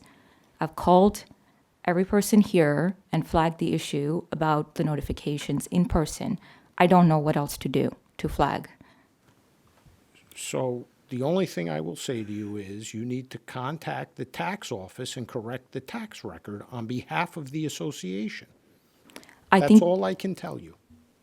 Okay, so I'm happy to go down that path, but not because I think it's incorrect. I think there is an issue with how the addresses were pulled here because we believe that the tax records are accurate for the association. We receive tax notices perfectly fine for the association, and it's addressed to us, not addressed to Brunswick. Okay, I've got a certified list from the tax assessor that has that address. I have to rely on that. That's the list that this board relies on. That's the list that the attorneys rely on to send that notice out. Believe me, I understand. I hear you. We can't change from that list. It's our legal requirement to follow the tax assessor's list. No, I'm happy to. I think what I'm trying to say is a couple of things. Number one, this is the first time I've been given an opportunity. Number two, if this implies that I have to hire somebody and there's a legal response needed, I didn't need that. I didn't think that was necessary. I'm a resident. I'm a normal individual. I've seen this. I learned of it. I flagged it. I called several times. I tried to speak to people. You're bringing up a legal point, and you're trying to tell me as a resident, you're not going to take that into consideration. That's noted. I think we will respond in whatever form we're asked to respond, and I understand. But I want to clarify for the board that that is not accurate. I don't understand the exact reason why that was pulled, but I have flagged several times that as a person and as 4 people who stay 0 feet away from what is being considered for approval today, and as residents, we've learned it for the first time. We have not been given an opportunity to respond.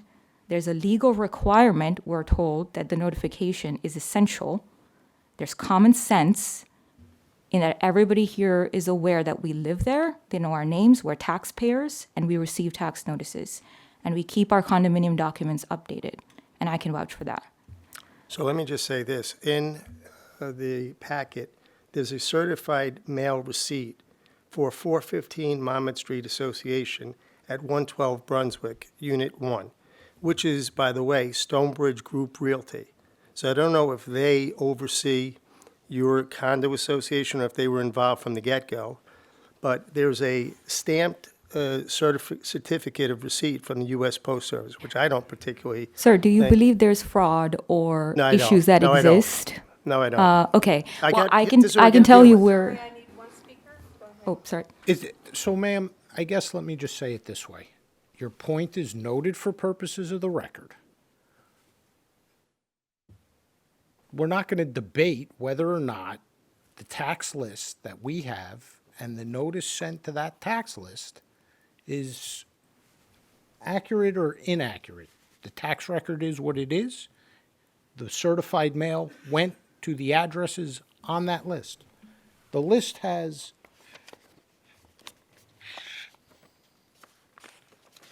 the tax list is 7 pages long and contains probably 100 addresses within 200 feet of the property. I understand what you're saying, but this board relies on the list. That's the law. That's the statute. Okay, So- I just want to clarify and say that 415 Monmouth Street is a self-governed condominium association with no management company. It's the 4 of us. We're a small building. We did not think we needed legal representation here to state the truth and the facts. We're presenting the facts to you. I understand your argument that there's an imaginary address that none of us know anything about here. We're trying to flag that for you, and that's all we can do. Chairman, I think this matter is moot, and I'd like to move forward. Yes. So, believe me, I get it. But unfortunately, we are. Yep. Yeah, We'll yeah, get we're to going to you, give you sir. time. Sir, Yeah, we'll give you time. Yeah, absolutely. No, with public comment. Believe me, we're gonna hear you. Unfortunately, we're legally bound to go through the tax list. That's what this board is bound by. There's nothing else we could do outside of that. We can't decide that the applicant should send notice somewhere else. That's not up to us. It's up to the tax assessor's office. And are you legally bound to go back and check when for 2 months I've been flagging that your list does not include the residents? It's not my list. It's Okay. the tax assessor's list. That the tax assessor's list that you have received does not include the 4 residents. I have flagged it for 2 months, We're legally bound to go off of their list. despite it If being that- wrong. I don't know that it's wrong or it's right. Okay. I only know that we're legally bound to go off of that list. Okay. All right. Okay, thank you, ma'am. Anybody else, please, come on up.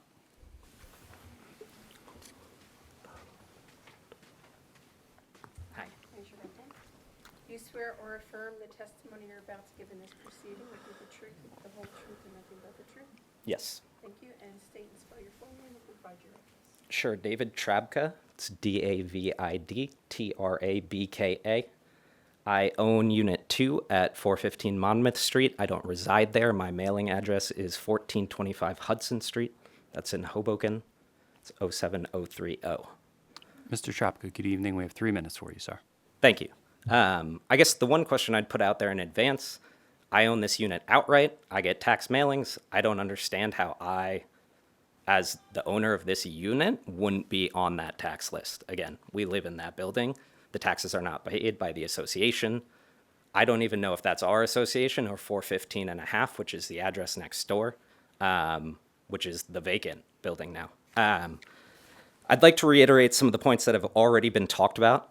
All 4 of the residential unit owners, which represents 94% of the HOA, are unanimously opposed to this application.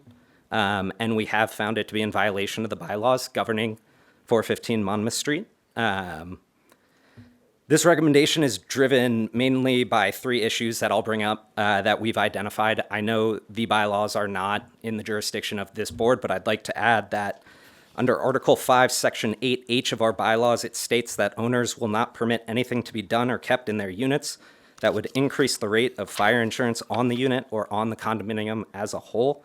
Our insurance agent has confirmed to us that if the condo is occupied by a dispensary, they will almost certainly non-renew our coverage, terminate our coverage. Placing a new policy will be difficult and certainly more expensive. Those are direct quotes.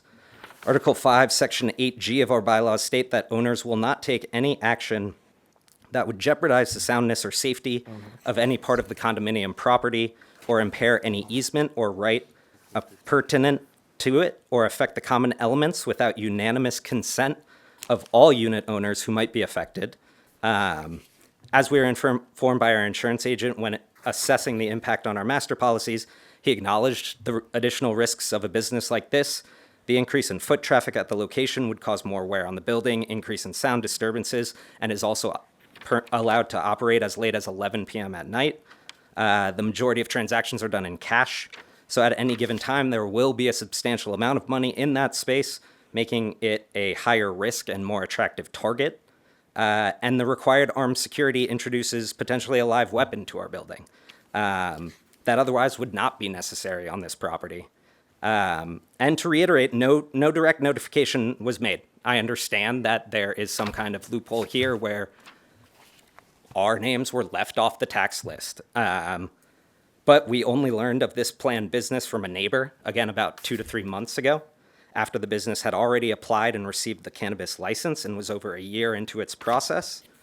The business owner made no effort to reach out to anyone in the HOA and took a further defensive posture when we first reached out in a totally friendly manner, including her legal representation and stating that she was under no obligation to provide us with any additional information regarding the conversion of this property. And And I just would ask the question how a business could be approved in an HOA-governed building where 94% of that voting block is against this and wasn't ever notified. Thank you, sir. And that's That it. was your Thank 3 you. minutes. Thank you, appreciate it. So council, to, what's your name? David? David's point. So if you look at the list, as I'm looking, I mean, in the name, it says 415 Monmouth Street Association, but the address is 415.5. So is there, I mean, so if they've not been, nobody in that building has been notified, is that a grounds of any type of deferment or negation? So I can only go by what the list says, I understand. right? Yeah, but if they're left off the list, Commissioner, you asked the question, I got to answer the question. and I apologize. So I can only go by what the list says. What is the name of the association? Can I grab a document? Absolutely. And if you have a certificate of formation, that would be very helpful to me.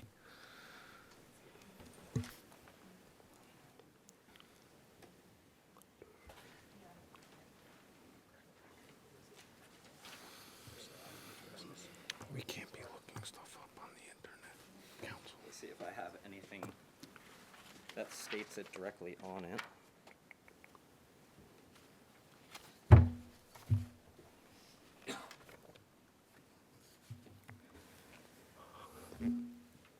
I can't find it on the documents, the pages of the documents I've printed out. My understanding is it is the 415 Monmouth Street Condo Association. That's my understanding, that that's our legal entity. I don't know that I have a piece of paper here, though, that states that. Sir, let me just ask a couple of questions. 415 Monmouth Street Condo Association, you believe to be the name. Is there a board? Yes, 75% of it is here. Okay. And is there a bank account for the association? Yes.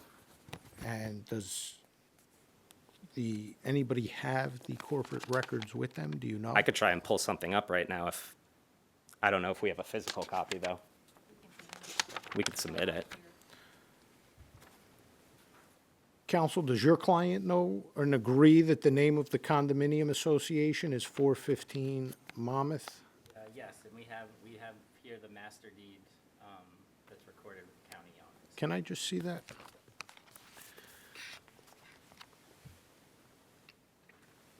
That's the document.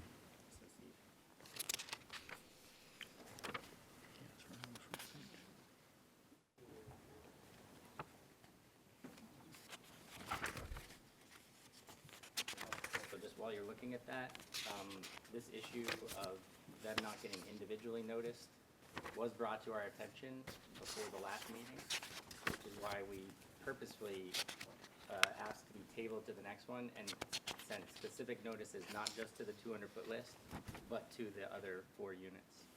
So in this last set of mailings, which is included with our Did you application, receive that? we I'm mailed them. sorry, once we please. We mailed them individually. Wait, repeat that, please. So in this last set of mailings, which is included, With this application, we re-noticed everybody on the 200-foot list and added 3 more notices to that list. Units 2, 3, 4, 5, or the non-commercial units. It seems Can you to show- matter. can You you don't show even know us? what unit numbers these are. All right, hold on. We're not going to have cross-argument. Counsel? Right now, I am attempting to look for the name of the association in the master deed. So we're going to do, first thing we're going to do, I'm going to mark this. This is now A2. This document is the December 4th, 2017 master deed for 415 Monmouth Street condominiums.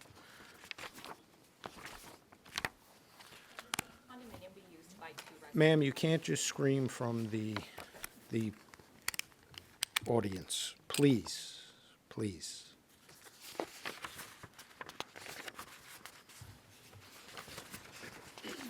So counsel, as you're going through that, I just want to make a statement. Can we not? I can wait. Thank you. Pardon my zeal. I know.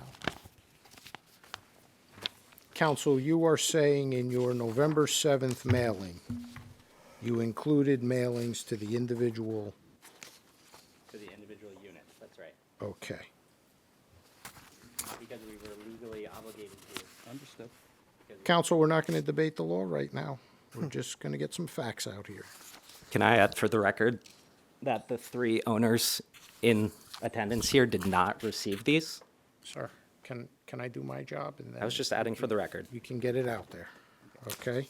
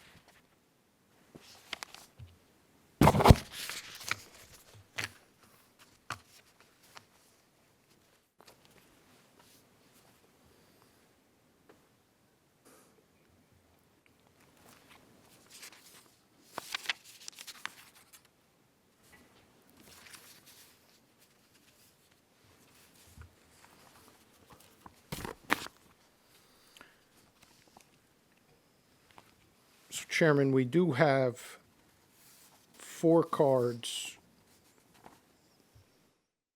stamped October 31st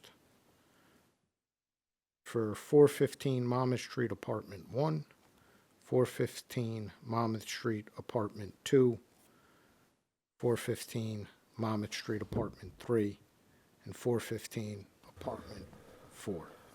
Addressed to the current resident. It does not provide a name. Dated October 31st.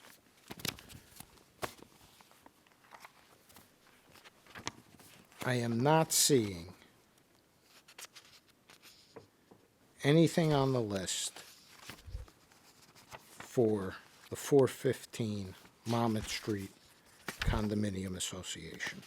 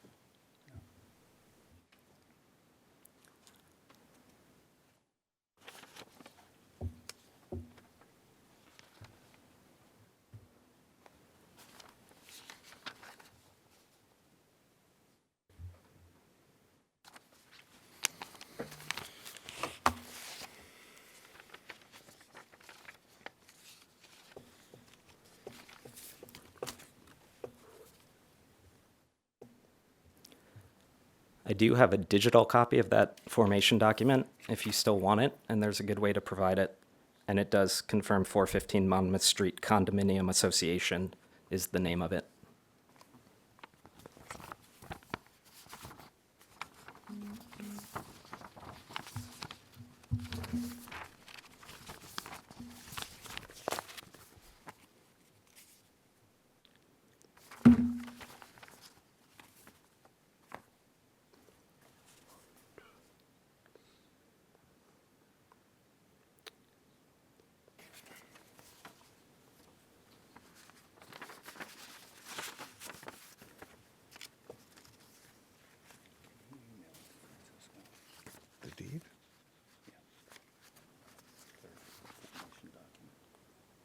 We will get it.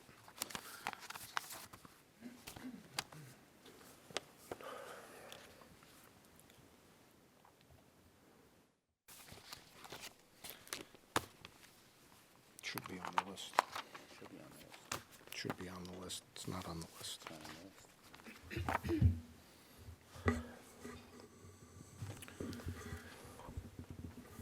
So it is 415 Monmouth Street condominium. It should be on the list. It's not on the list. Makes sense. Well, the one question I have, counsel, is the differentiation between the addresses being 415.5 point half condo, right? That the mailing address is Brunswick versus what David's saying is that there's an association. Let me ask this question. Is your, the, So Look, 415.5. Can I finish? Sure. Thanks. All right, so is You're asking the, the question of me, I thought.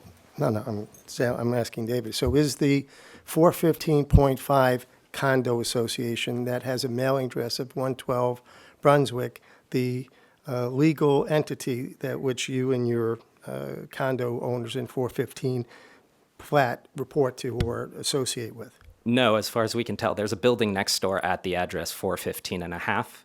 It's been torn down. It's a vacant property now, but we suspect that is probably the association that governed that building when it was still occupied.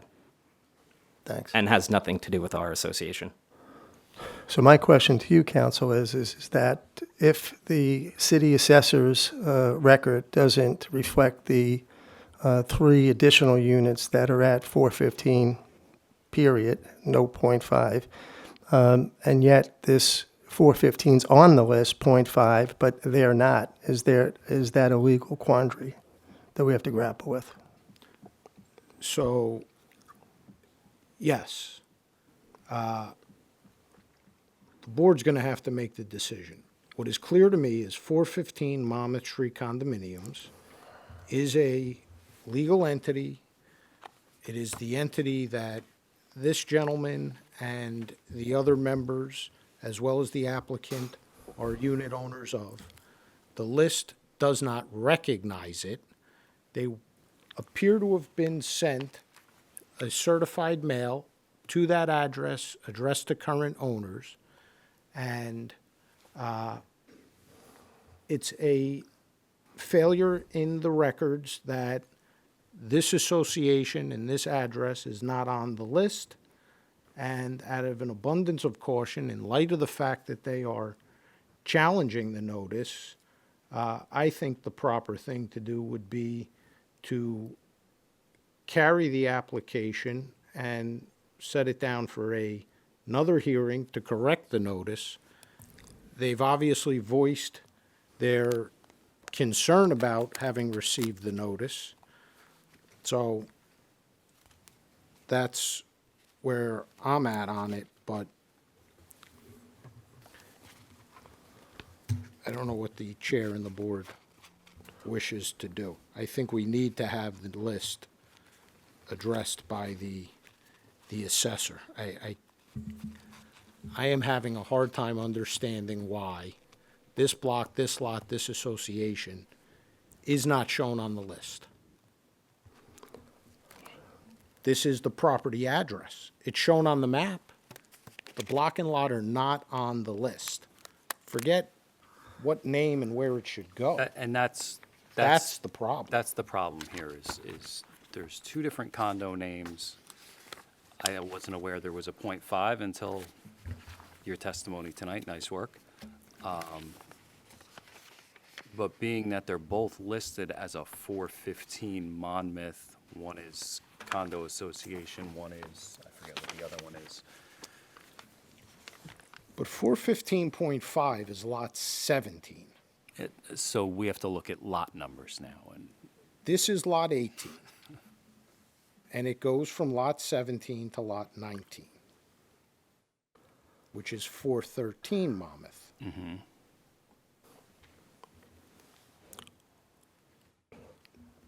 And 413 Monmouth, lot 19, there are 4 listed names.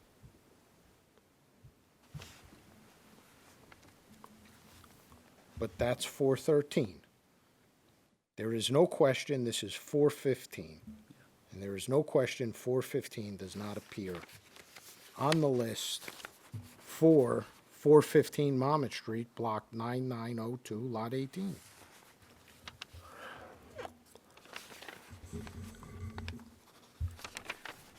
Counsel, do you wish to be heard? Thank you. Sure, we're still in public comment. We want to hear from council first, if it's okay. So I guess if the recommendation is to table, I'm a little confused as to what we would be tabling for, given that we delivered notice in accordance with the 200-foot list and went above and beyond that and delivered notice to these unit owners individually after hearing them, despite them saying that we have not been hearing them or sympathetic.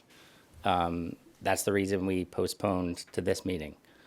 Not only that, we made ourselves available for a conference call where the other unit owners could ask any and all questions at my client's expense, paying for my legal time to answer any and all questions, and they did not take advantage of that.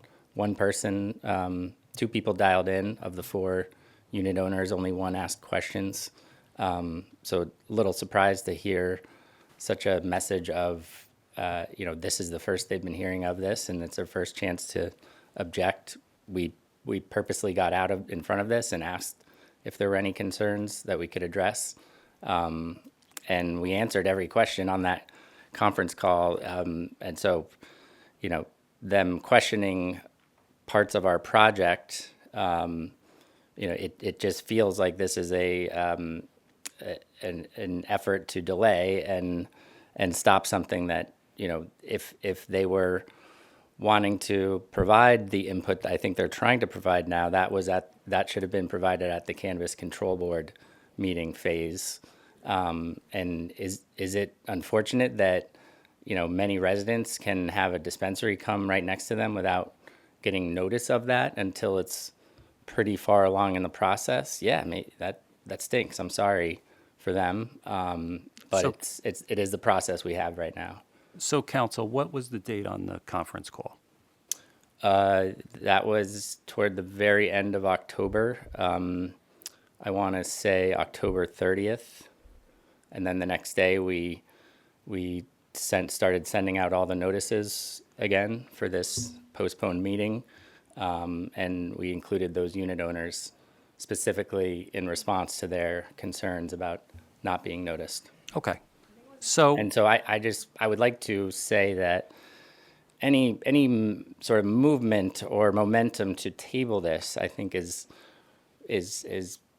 sort of not seeing the bigger picture, which is that this is a business owner, been long and hard at this application for a long time, and we've done everything properly, and even went above and beyond to provide additional notice. And so just to postpone to try to figure things out, I don't think is fair when, we feel like it's all pretty figured out, and it's unfortunate that their units are not on that list, and also unfortunate that they don't get input prior to the planning board hearing.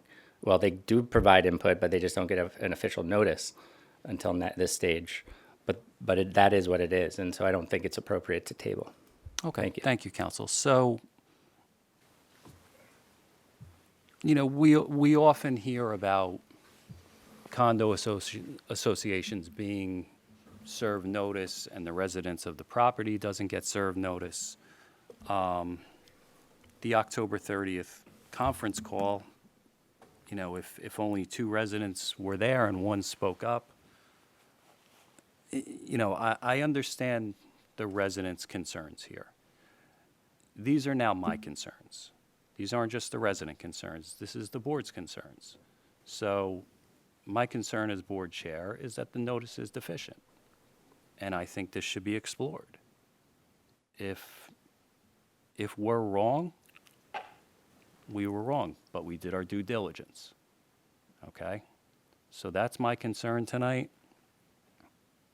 I'll ask everybody else on the board if they feel the same way. 100%. I feel that there's definitely a big miscommunication. Something is not on that list that's supposed to be on that list. For counsel to come up here and say that he feels his client might have a hardship because of the business and stuff, that's not my concern. No. You know, it's true that sometimes there's projects that go on and there's a miscommunication with the community that they're putting the project in. We see that all the time, you know. But we always say it's a very good practice that they deal with the community. And he stated for the record that this has been going on for over a year. And the people that live in the building, which is a small building, what you call it, they have no clue. So there's definitely a big miscommunication going on somewhere. So going back to what was presented tonight with the notifications, I'd be very uncomfortable moving on and moving forward. So when I don't see the block and lot number on the mailing list, that's a red flag to me. Right.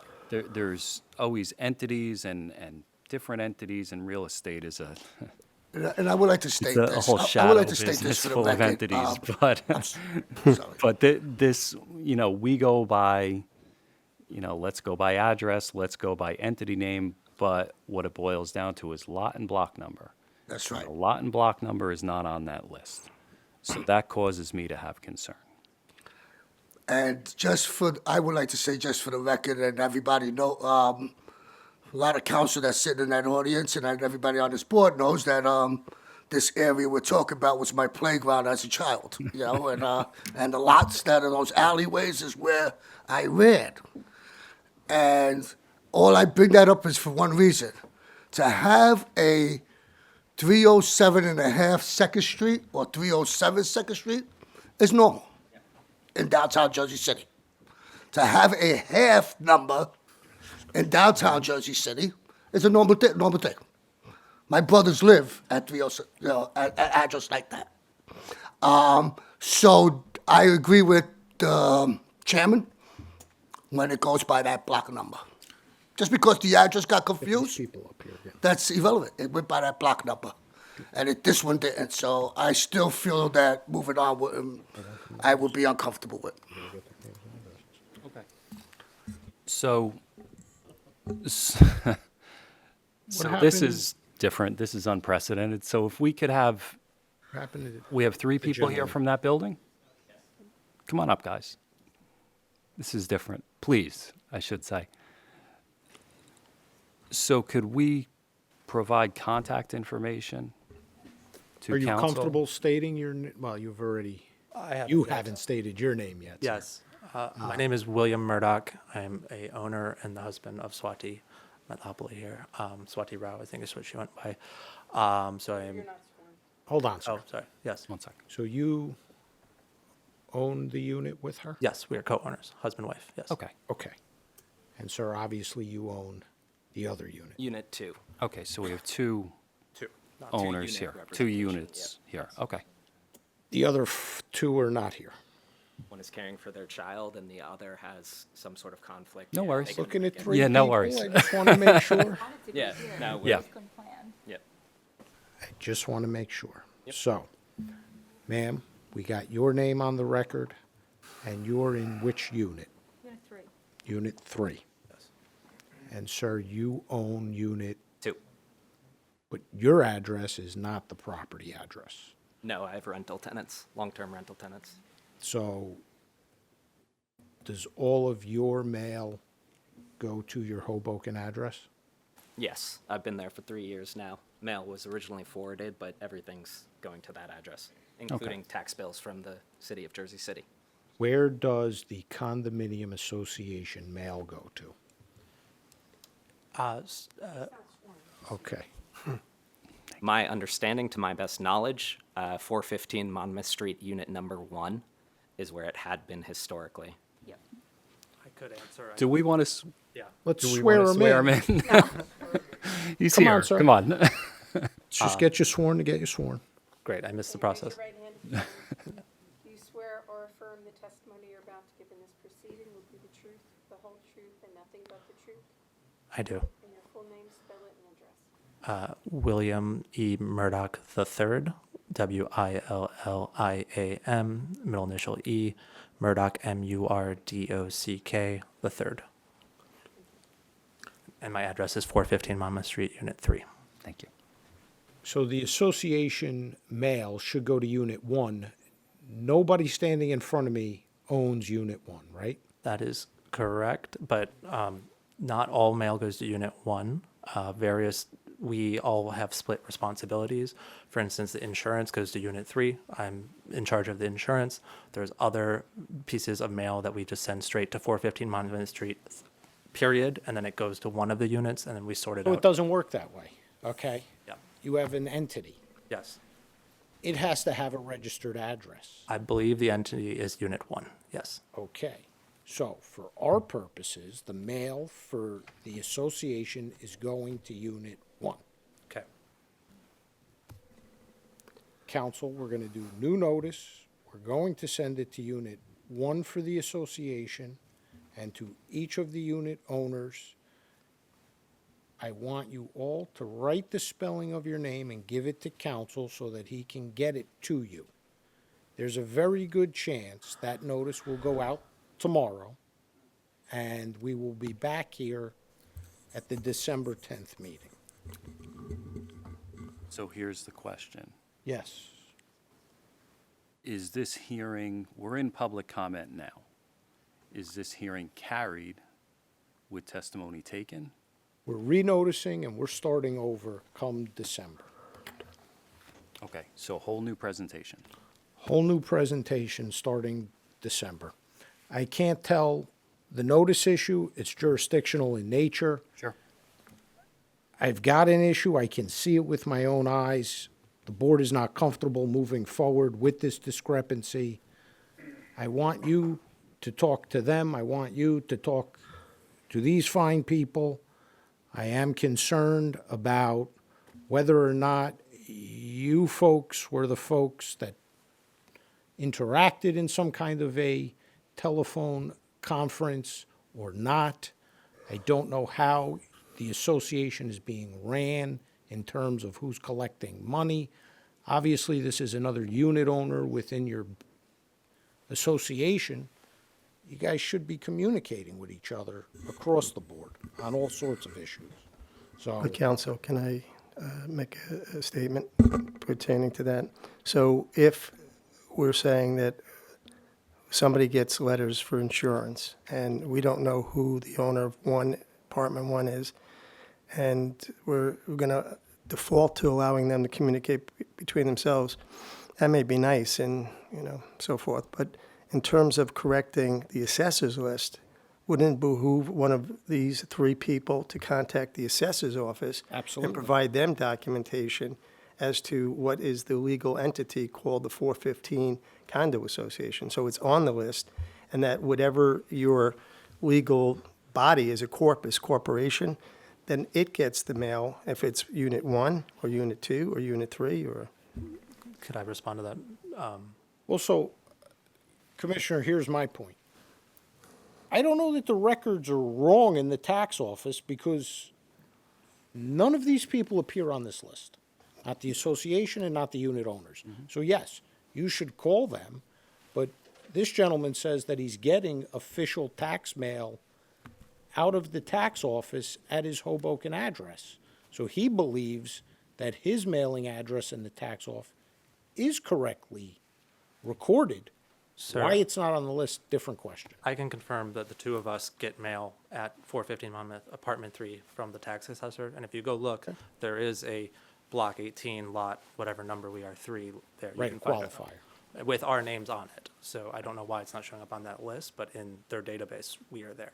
Yeah, I think the one other thing I'll add is I was actually in front of the tax assessor's office board not too long ago, and we've received several mails with no problem. I do think that perhaps the name of the condominium association and the addresses, to your point, around .5 and my original address might be the issue, I'm not sure.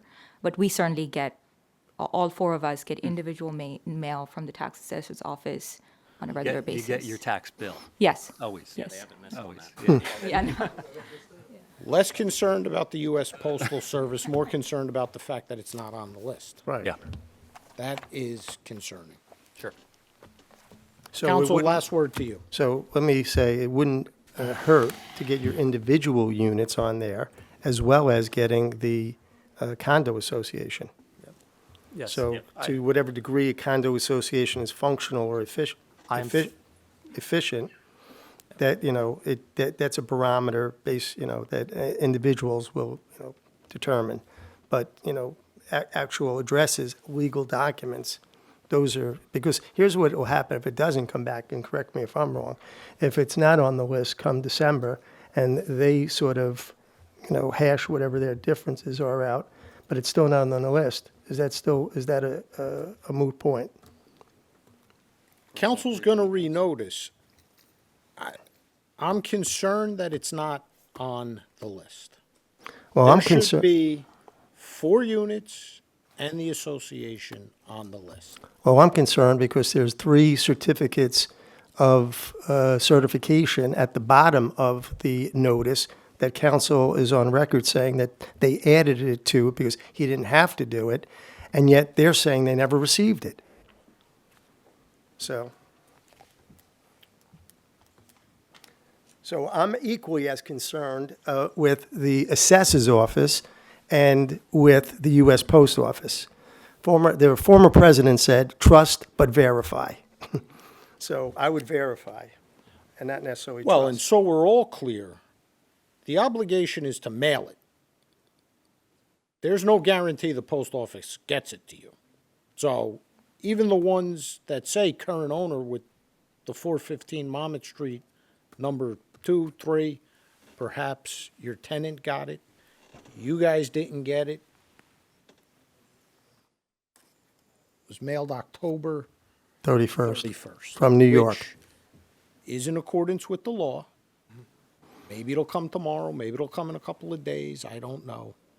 But council is going to address that, and I urge you to speak with council. But council, I did say you could have the last word.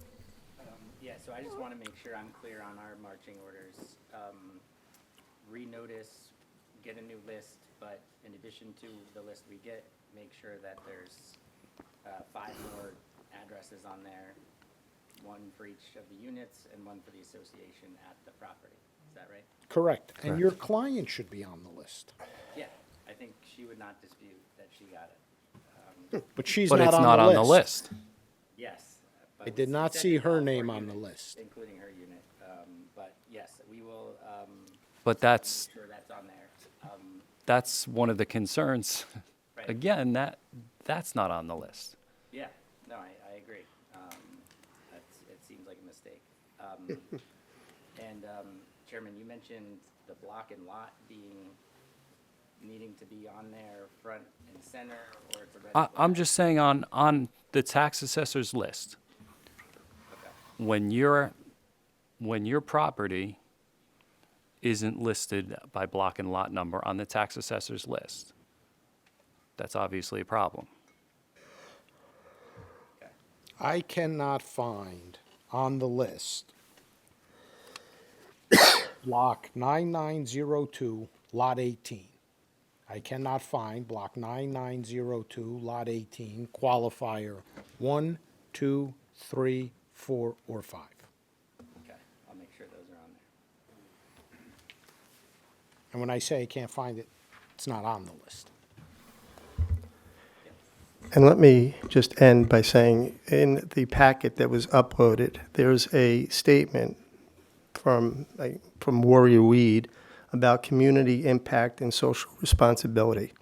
110 years ago, the poet Robert Frost, in his poem Mending Wall, said, "Good fences make good neighbors." I would think that if you're going to sign off on a community impact and social responsibility statement, you know, begin in your own home and, you know, work with these people. And maybe they'll come back if you assuage their fears and support the application. Good luck. I was never able to make a public statement. It might be moot at this point, but. It is moot at this point. It is All this, right, I'll do it this, next week, or next month. Thank you. hopefully we see you on the 10th. Okay, so I'm going to make a recommendation, and I'll entertain a motion to carry this application. Actually, no, we're just dismissing, right? We're not even carrying. We're not dismissing. At this point in time, the application is carried to the December 10th meeting. The applicant is going to renotice. So you'll renotice. To my friends in the rear, December 10th is the next hearing date on this, in case you don't get the certified mailing. Keep your eyes open. Mr. Chairman, I'd like to make a motion to approve, to carry case number P2024-0042, with notice for the December 10th meeting. Well, wait, when you say with notice, not these notices. With new notice. With new Okay, new notice. notice. New notice for December 10th meeting. Okay, do I have a second? Patty? Okay, Cam, can we have a roll call? please? Commissioner Torres. Aye. Commissioner Stamato. Commissioner Cruz. Commissioner Lipsky. Aye. And Chairman Langston. Aye. Motion carries all in favor.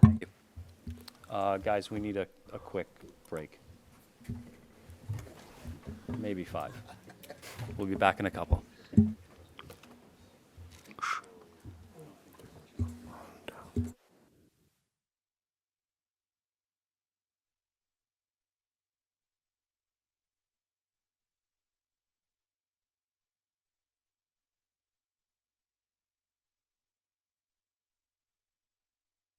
Again, everybody.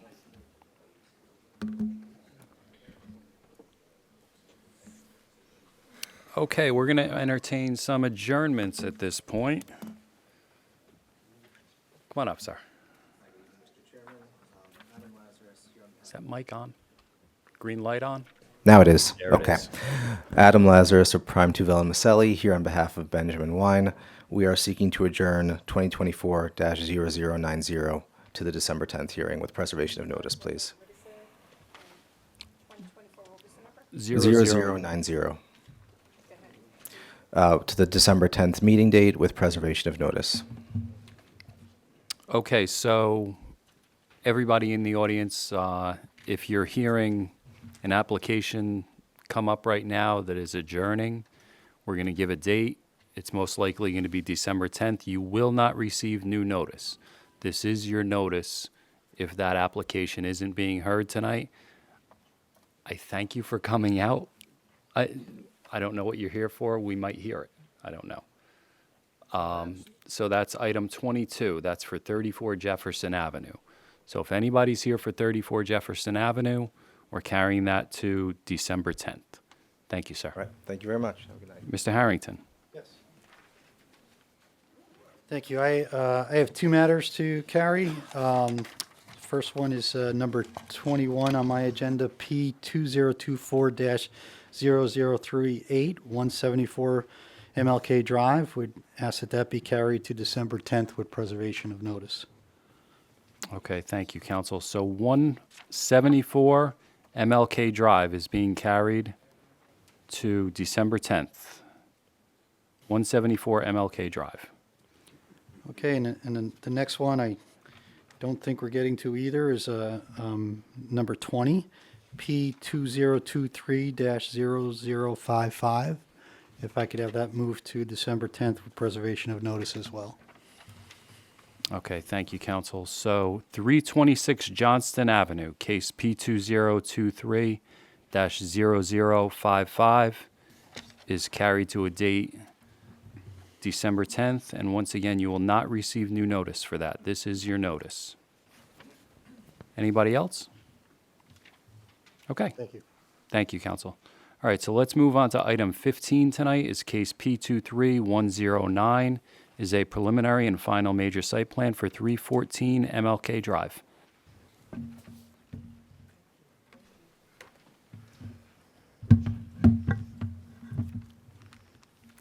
Good evening, Chairman. Eugene O'Connell appearing for the applicant, which is Blacks in Law Enforcement Servicing the Community.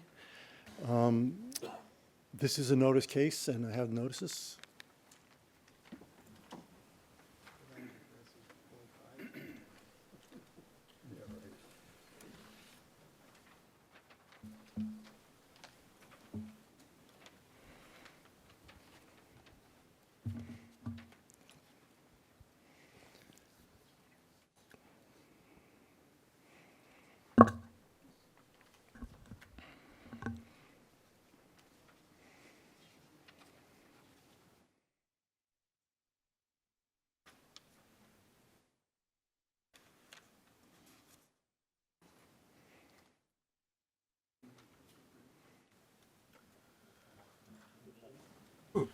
Chairman, I received the affidavit of publication proof of mailing with respect to the application at 314-316 Martin Luther King Drive. It does appear to be in order. We're going to mark it as A1 for the record. Thank you, counsel. Thank you very much. Well, Chairman, we all like to see community policing, and my client has taken that to the nth degree. This project will be a commercial space for the community and also for teaching young children. And the residential space will be 18 units of affordable housing. I have one witness tonight, Jeffrey Lewis, our architect, and I'll ask Jeff to get set up. Hi. Do you swear or affirm the testimony you're about to give in this proceeding will be the truth, the whole truth, and nothing but the truth? Yes, I do. And state the spelling for the record. Jeffrey Lewis, Jeffrey-Lewis. Mr. Lewis, good evening. I don't believe I've qualified you in November yet. Your license is current? Yes, it is. Okay, thank you. You're qualified. Okay, great. Thank you very much. So, let's walk through 314, 316 MLK Drive. The existing property is a vacant lot. It's 50 feet wide by about 100 feet deep.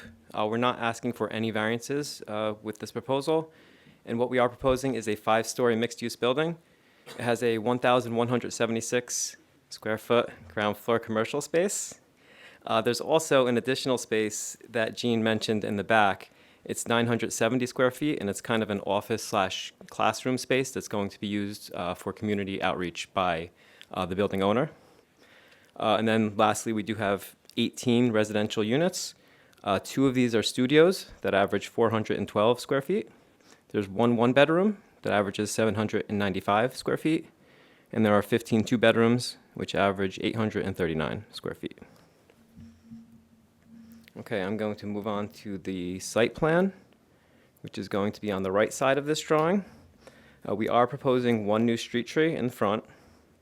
Looking at the building itself, we are building to both side property lot lines.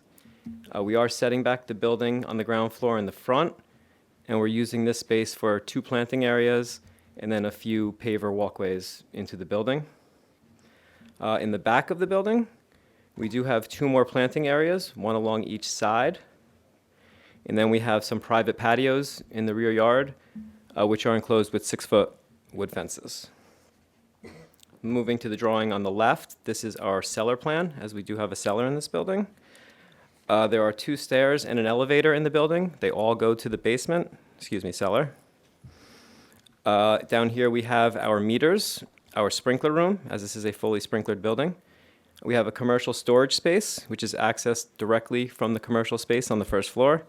We have bicycle parking for 24 bicycles, and we have our trash and recycling room. Moving on the right here, we have our first floor plan. And I'm going to start right in the center where we have that main commercial space that I mentioned. This space has its own bathroom and the stair going directly to the storage down in the basement. In addition, we have 2 residential entries, 1 on each side of that commercial space. On the left is the secondary entrance, which leads directly to stair number 2. On the right is the main entrance. It leads to our main residential lobby. This space provides access to the mail and package room, to our main stair, our elevator, as well as the rear of the building. In the rear of the ground floor, we have that office and classroom space that we mentioned previously. It's going to be used for local community outreach. We do have one of the property representatives here if you have any questions about the uses of that space. It also has a private patio in the backyard. On top of that, we have 2 studio apartments, each of which also have private patios in the rear yard. And this is a good time to mention that all of the apartments in the building are ADA adaptable. They all have washer dryers in the unit, and they all have wall-mounted mini splits to provide heat and air conditioning. Moving up to the second floor of the building, we're proposing 4 apartments on this floor. There are 3 2-bedroom apartments and 1 1-bedroom apartment in the back right corner here.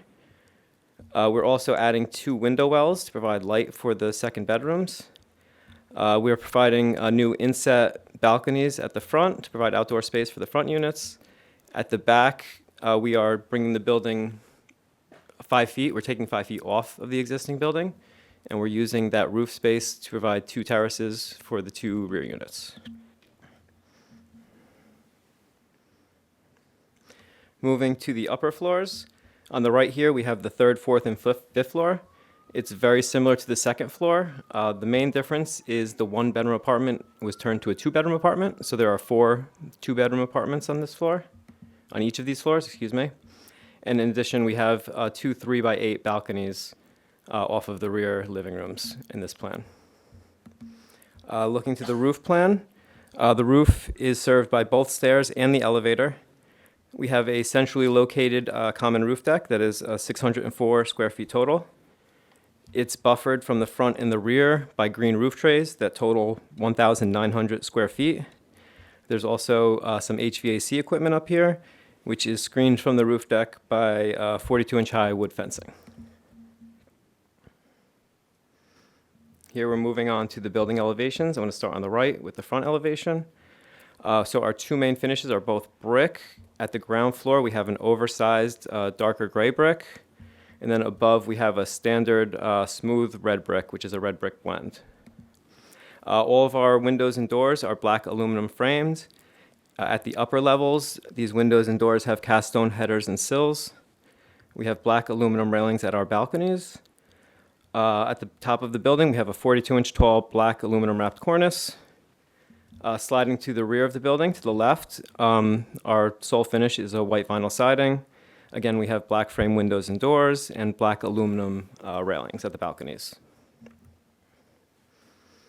This is the left side elevation. Places that are, the sections that are built directly on the property line will have a smooth stucco finish, painted gray. And the areas that aren't will have a white vinyl siding finish to match the rear elevation. And those finishes are the same on the right side of the building. And then this last one is just a detail of the front ground floor and first floor and second floor, excuse me. That concludes my presentation. I can answer any questions about the building that you may have. Thanks, Jeff. I have no questions. Anybody else? Yes, I do. I forgot to set my timer. Hmm? Forgot to set my timer. I was going to bet Santa. Just quick comments too, though. They're really, once again, with the same designs like always. The windows on the side of the building also have light well, right? They come down, and so I don't know if the developer that's going to build this is here, that it is practical that somebody might knock the buildings that are next door to it and build something higher and block those windows. You know, so I just want to bring that up as a comment, that it doesn't come back to this board. Why are they blocking our windows, you know? It is possible. The comment I have with that is there access to, because the one I see on the west side, is there access from that window to keep that area clean in that, well, as years pass by, if stuff gets drawn down there into that area? Sure, they would be accessed directly from the that second floor apartment. Second floor apartment, right? Yeah, usually that's the case. Okay. The other thing again is the balconies in front of the building. They're only about 12 inches out from the window, right? Yes. Okay. That's good, but just another suggestion for the back balconies. Was planning to have a kids back there with a school, like a classroom, in the back of the building. It's Community space. community space, right? So it won't be. So we have balconies above their heads that have no garden on the bottom. Well, actually, the second floor sets back 5 feet. And Nice. the balcony will be over that. I so it didn't won't notice be- that. Okay, oh, that was okay. Right. That'll help. That would have been a problem. That's the Thank you. safety. Yeah, that's my thing with that is always the safety mechanism. We don't want nothing falling, getting kicked, and dropping down on somebody at the bottom of the courtyard area. Now it'll just go on someone else's balcony. Good job. Thank you very much. I like the building. And, thank you. Thank That's you. all I got. Okay, anybody else? All right, thank you, Mr. Lewis. Council, that's it? Public. Okay, excellent, thank you. So is there anybody here from the public that wants to comment on this? Please come on up, Councilman. Good afternoon, well, good evening, everyone. Good evening. I just want to, We do have to swear you in, Councilman. oh, swim, okay. Raise your right hand. Do you swear or affirm the testimony you're about to give in this proceeding will be the truth, the whole truth, and nothing but the truth? Yes. And state spelling for those who know. Frank Gilmore, Frank, Gilmore, Gilmore. Yes, so as the councilman of this area, I support this project. It checks all of the boxes. If you walk up and down the corridor of MLK, you'll see a lot of empty lots. So to see this area get developed, it's like a breath of fresh air. And to have 18 affordable units in the same community that's dying for affordability, it checks that box. And then to have a great organization that does great work in the community, who's going to be occupying a community space, it checks the final third box. So I just wanted to make sure I was here on the record, my full support behind this project and the individuals that's doing this project. That's all I had to say. I have to get home. I have my kids and my family waiting. But I did want it to be on the record for those three reasons. Thank you. All right, thanks, Councilman. Take care of your family, please. Okay, anybody else from public? Anybody else from public? Please, come on up.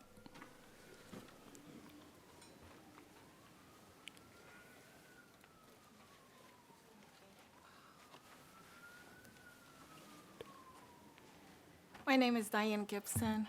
Just going to swear you in. Okay. Do you swear or affirm the testimony you're about to give in this proceeding will be the truth, the whole truth, and nothing but the truth? Yes. Thanks, and just state and spell your name. My name is Diane Gibson, and it's GIP as in Peter, SON. Ms. Gibson, good evening. We have 3 minutes for you. Okay. I just wanted to know, are they going to have security in this building after the development is completed? Okay, do you have any other questions? I'll list them all and we'll get them all answered for you. Do they have other locations that they've already completed building on? You know, we would like to get that information. Okay. And lastly, is there parking for the Okay. tenants? I heard him say something about the bikes, but I don't recall anything about the parking. Okay. That's it. All right. Thank you. Appreciate it. Council, do you want to address those questions? Yeah. Well, the team, I've constructed about 1,500 units of affordable housing in the state of New Jersey, many of them in Jersey City and in Essex County. So along with Cynthia Blue, who's their consultant, who's also been involved in many, many affordable housing projects, we're guiding the project through, and we have a good contractor, so I think we have a good team to get the project completed. There is no parking spaces in the building. My client is law enforcement in the city of Jersey City. They'll make sure that the building is secure. So I think that's the answers to the three questions. Okay, but obviously there's, door lock mechanism to buzz people into the building. Yes, of course, there's going to be cameras, the whole 9 yards that Okay. we don't have for all our buildings in Jersey City. Okay. Thank you, Council. All right, is there anybody else from public that wants to comment? Anyone else from public? Chairman, seeing no one else wishing to speak from the public, I move to close. Okay, motion made and seconded. Public is closed. Eric, do you want to wrap up? Yeah, staff has determined that the proposed development meets several objectives in the redevelopment plan.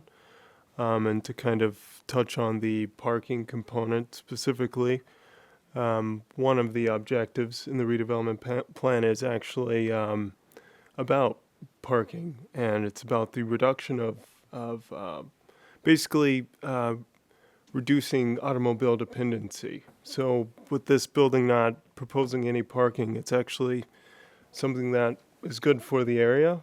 Another thing, the development also brings more traffic to that MLK corridor, just based on the fact that it has commercial space and it's offering office space and some other recreational spaces. So, yeah, staff supports the project, and staff just requests that the applicant agree to the conditions enumerated in the staff memo.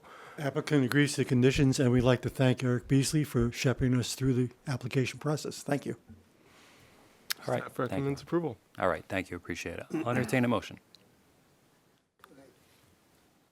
Chairman, I'd like to make a motion to approve case P23-109 as it was brought forward to the board tonight. Second. Okay, motion is made and seconded for approval. Commissioner Stamato? Yes. Commissioner Cruz? Yes, sir. Commissioner Lipsky? Yeah, so as it said, the Jackson Hill redevelopment plan, section 3, paragraphs 4 and 10 talk about reduction of automobile and increasing walking and making it pleasurable. So that's one thing. Secondly, having 80% of average median income for low and moderate 18 units is phenomenal. I think that's great. And as Councilman Gilmore said, I mean, I think this particular parcel right now is vacant, right? It is. So, and we're blessed to have Blesk. I mean, there's no doubt about that. Cynthia, as you mentioned, there isn't a city thing that we go to that they're not there supporting, particularly the kids. And to have an additional classroom down there to make law enforcement not the bogeyman, but the best person, I think it's a tremendous asset to our community. I vote aye. Commissioner Torres? Just as what fellow commissioner just said, I want to say that I stood up and went to change my glasses when I read this on the computer last week. I was like 18 affordable housing units on a 5-story building. I'm like, wait up, what's going on, right? But yes, like the councilman said, I walked that block, and it does need, it would be a great thing on the middle of that block to see. The organization that's being a part of it has been wonderful for the area of Greenville. No, I should say wonderful for the city of Jersey City. That's basically what it is. It's a blessing. And with that, 18 affordable units, man, that's awesome. So I vote aye. Chairman Langston? So, first of all, I'm going to address Mr. Lewis. I don't know when the last time I saw you here was, but you probably designed this exact same building somewhere else in the city. And they're market rate units. So, you know, I applaud the applicant here. 18 units of affordable in a building like this is amazing to me. Applicants? That's you guys? I'm going to speak as a resident and not planning board chair right now. Thank you so much. Thank you so much. This is amazing. So as chairman, my vote is aye, obviously, and we appreciate you. Thank you. Thank you very much. All right, thank you. Motion carries. All in favor? All right, thank you. Let's move on to item 16, is case P2024-0123, is a preliminary and final major site plan with C variances for 457 Ogden Avenue.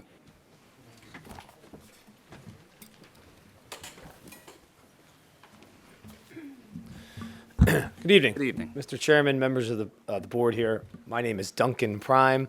I'm managing partner at the firm of Prime, Tuvell, and Maselli. I'm subbing in for my colleague Ben Wine tonight.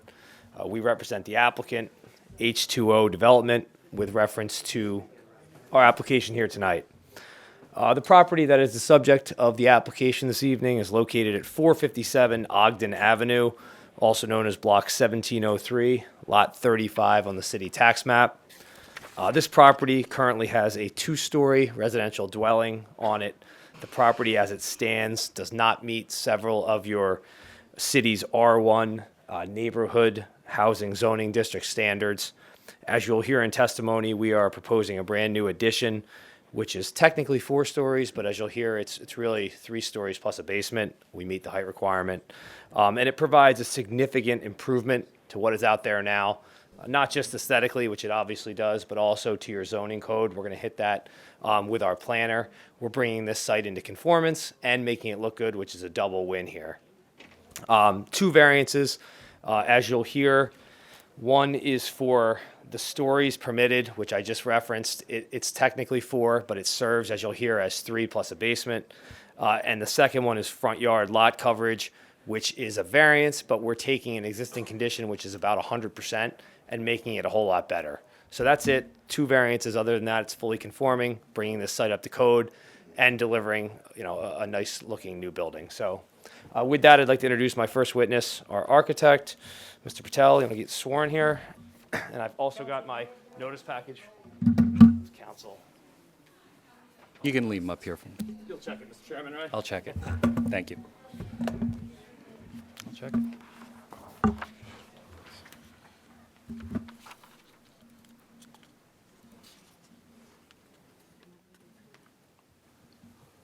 Raise your right hand, please, sir.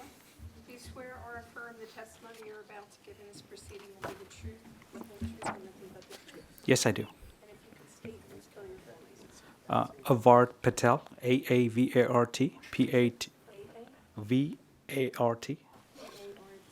Yep. Mr. Patel, good evening. We've qualified you in the past. Yes. Your license is current tonight? Yes, it is. Okay, thank you. You're qualified. Chairman, before we start the testimony, I was off the dais ushering the people in the hallway, so let's just mark the affidavit of publication proof of mailing as A1 for purposes of the record. Thank you, Council. Thank you. Thank you, Council.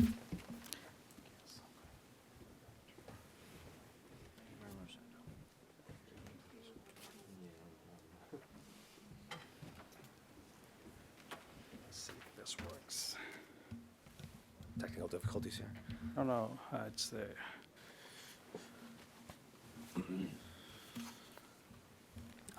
Try like shaking the cable. Oh no, that's the wrong cable. You have to use This one right here? the one that has fabric around the cord. Yeah, that one. Yes. I think this is the last. Oh, we have. Yeah, that's. No, I need the adapter. You can. This is real life friendship. Happens all the time. Yeah, that white one is the best.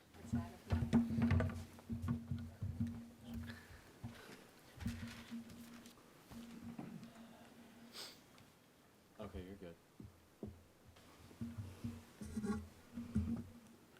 All right, there you go.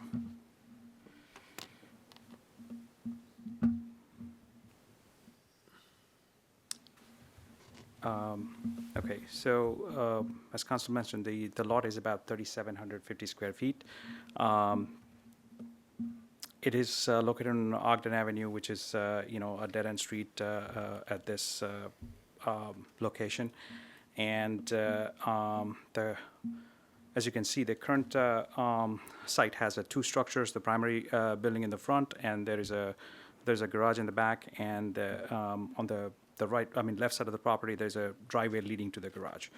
As the property exists currently, it is 100% lot coverage amongst the 2 structure plus the pavement, and the current structure is considered 3-story tall. The lower level is a basement, so that technically that's a story plus two levels on top. I'm going to quickly move to the next page, which shows the proposed footprint of the building. As you can see, the smaller rectangle, the red rectangle, is the footprint of the existing structure, and we are expanding that footprint conforming to the front yard setback as well as the rear yard setback. Of course, we are limiting the garage in the back and then including the parking as part of the basement level access from the street directly at the front facade. On the right side of the building, there's a 4-foot setback currently exists. That wall is remaining as is, and then on the left side, we are making it conforming 3-foot setback. We do meet 2-foot minimum setback on one side and 3'2" on the other, so the setbacks are fully conforming.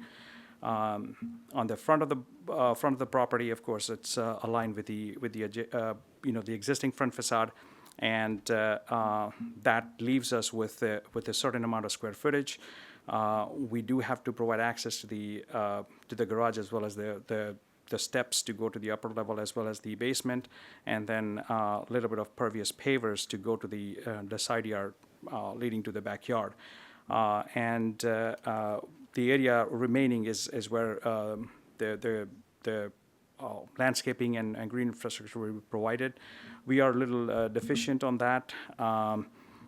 About 197 square feet is permitted, and we have about 273 square feet. 273 square feet of coverage. So that's one of the variants. In terms of building height, since the current lower level or the basement is existing and we are adding 3 stories on top, overall the building height is going to be conforming to R1 standards, which is 35 feet. We are utilizing the lower level, which is currently set up as a habitable level because it's a basement. We are making it utilities and the garage, and then creating 3 new levels on top, fully conforming to the height requirements, but the basement contributes towards the story, so that's the 4-story and a variance. Let me quickly walk you through the floor plan. So you can see on the screen, this is the first level where we have 4-car parking in a tandem setup. We are also providing 4 bike parking, beyond the car parking spots. Gas meters, electric meters, and some storage, which is located on the right side of the garage, which is a common corridor leading towards some of the support areas in the back, the garage recycle room, sprinkler room, and then some individual storage cubbies for the units above. This is the... Mr. Patel, how does the parking compare to what's out there now? So currently there is no parking. This street is a little different than the rest of the Ogden Avenue because it's a dead end and it's a little narrow. Right now there is no parking. We are proposing 4 units, and each unit will have its own parking located under the building. So not visible. Not visible. Okay, thank you. Right. Let me go to the level 2, which is the unit number 1 and unit number 2 are located here. Take the main stairs, come to the central foyer, and then we have 2 doors situated for unit number 1 and unit number 2. Unit number 2 is a duplex. It has an upper level, which I'll cover in the next floor plan. But this unit, unit number 1, has a living kitchen situated towards the front of the building, and then 3 bedrooms with the windows located within the side yard setback, which is fully conforming. The unit number 1 is about 1,080 square feet, which is the smallest, and all the rest of the units are little on a larger side, 1,300 to about 1,500 square feet. Unit 2, as you can see, this is just the one master bedroom is located here, and then the rest of the areas are located on the upper level, which we'll go to now. As you can see, towards the back of the building, we have the living and the kitchen area for unit number 2, which is, this stair will bring it to this level, and then two other bedrooms are located with one bath at this level. The total square footage for this unit is about 1,350. The main staircase will circle and keep going up. Unit number 3 is access through that staircase. This is also a duplex setup. And the total square footage for unit number 3 is 1,364. This level is about 870 square feet. Living kitchen located towards the front, and then 2 bedrooms are part of this level. And this is the last level, which is the level 4.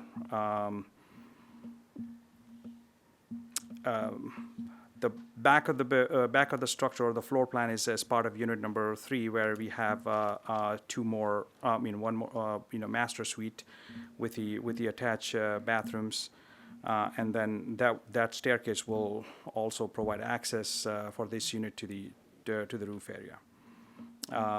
Unit number 4, which is towards the front, again similar setup as downstairs.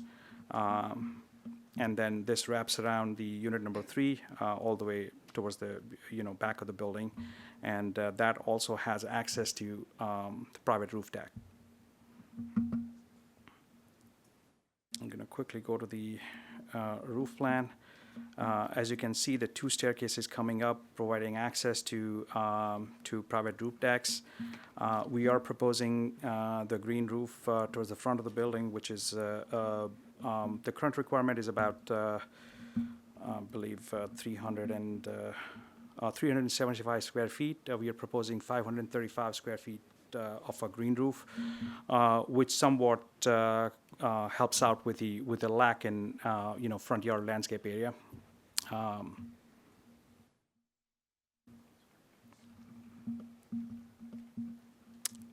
The plan on the right side is the bulkhead roof plan, which is located above the staircases. Now I'm going to go to the front elevation. As you can see, the first level, which is technically a basement, it's almost a half below the sidewalk, and the 3 stories are visible. Overall, as you can see here, the height to the top of the roof, it comes out to be 35 feet, which is fully conforming to R1 district standards. Overall, material-wise, we are using 2-color brick with some infill materials like a hardy siding and flat panel, hardy large panel fiber cement panels. Doors and windows would be black storefront type system. Windows would be black vinyl. And then there is some lighting proposed, just at the entry door, and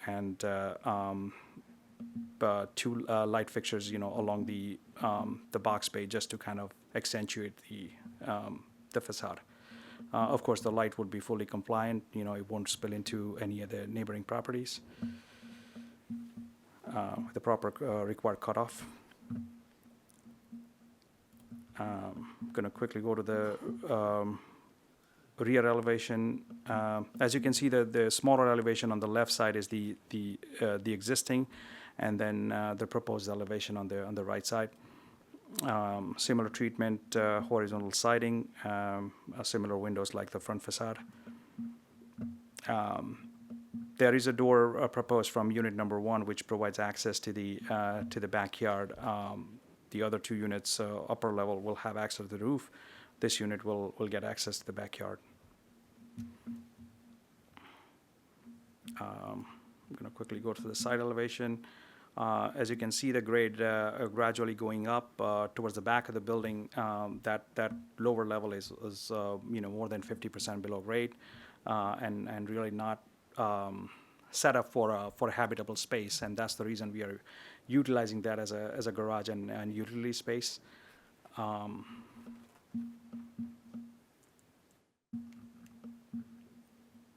Again, this is the other side elevation with a similar material treatment, horizontal siding, similar style windows.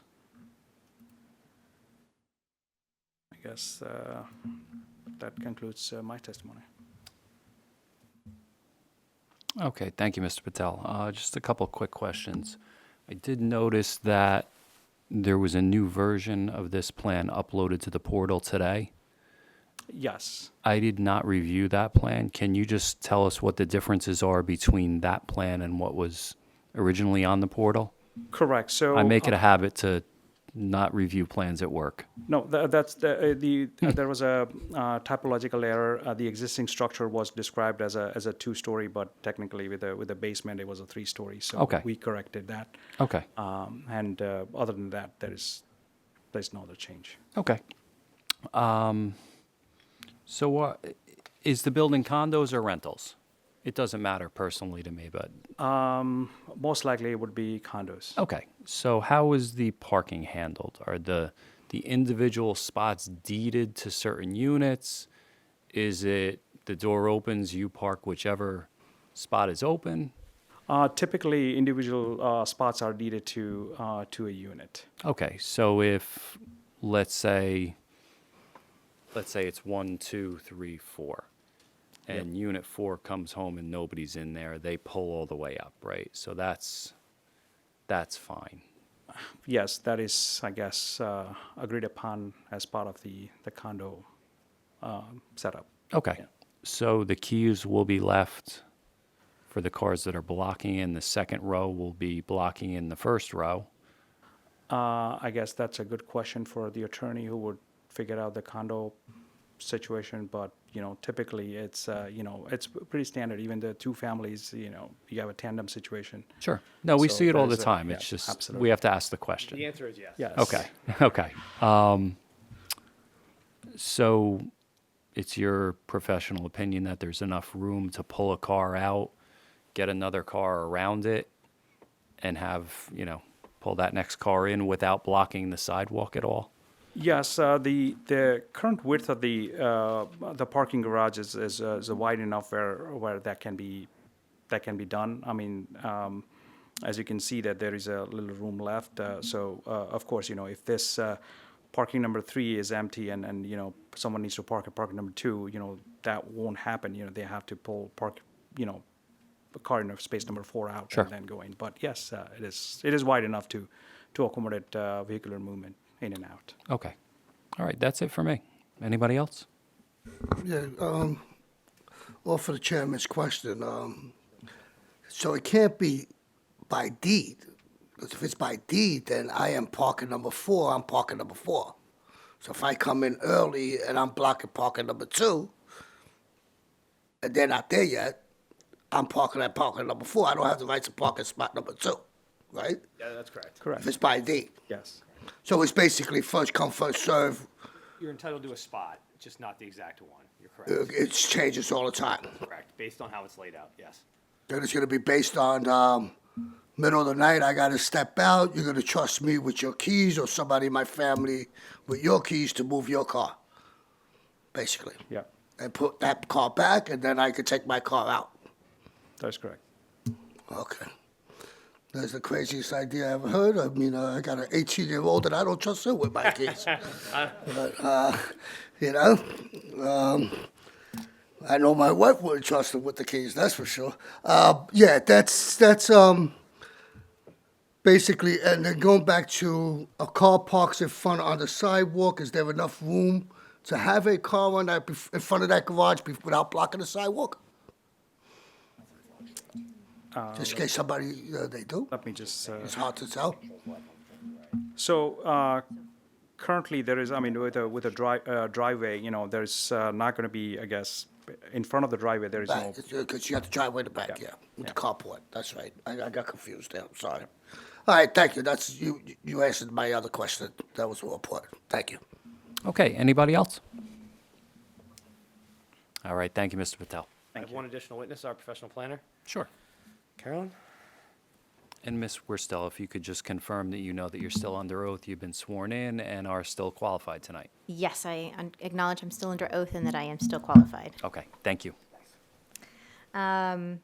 Good evening. So we're here tonight for two variances. The one is for the maximum number of stories, and the second one is for the maximum front yard lot coverage.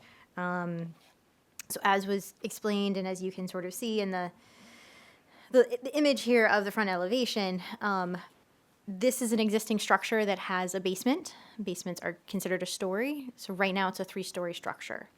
The proposed project is proposing an addition, and then it's proposed to the side and the rear, but also to go up a story. So now we're creating a 4-story structure.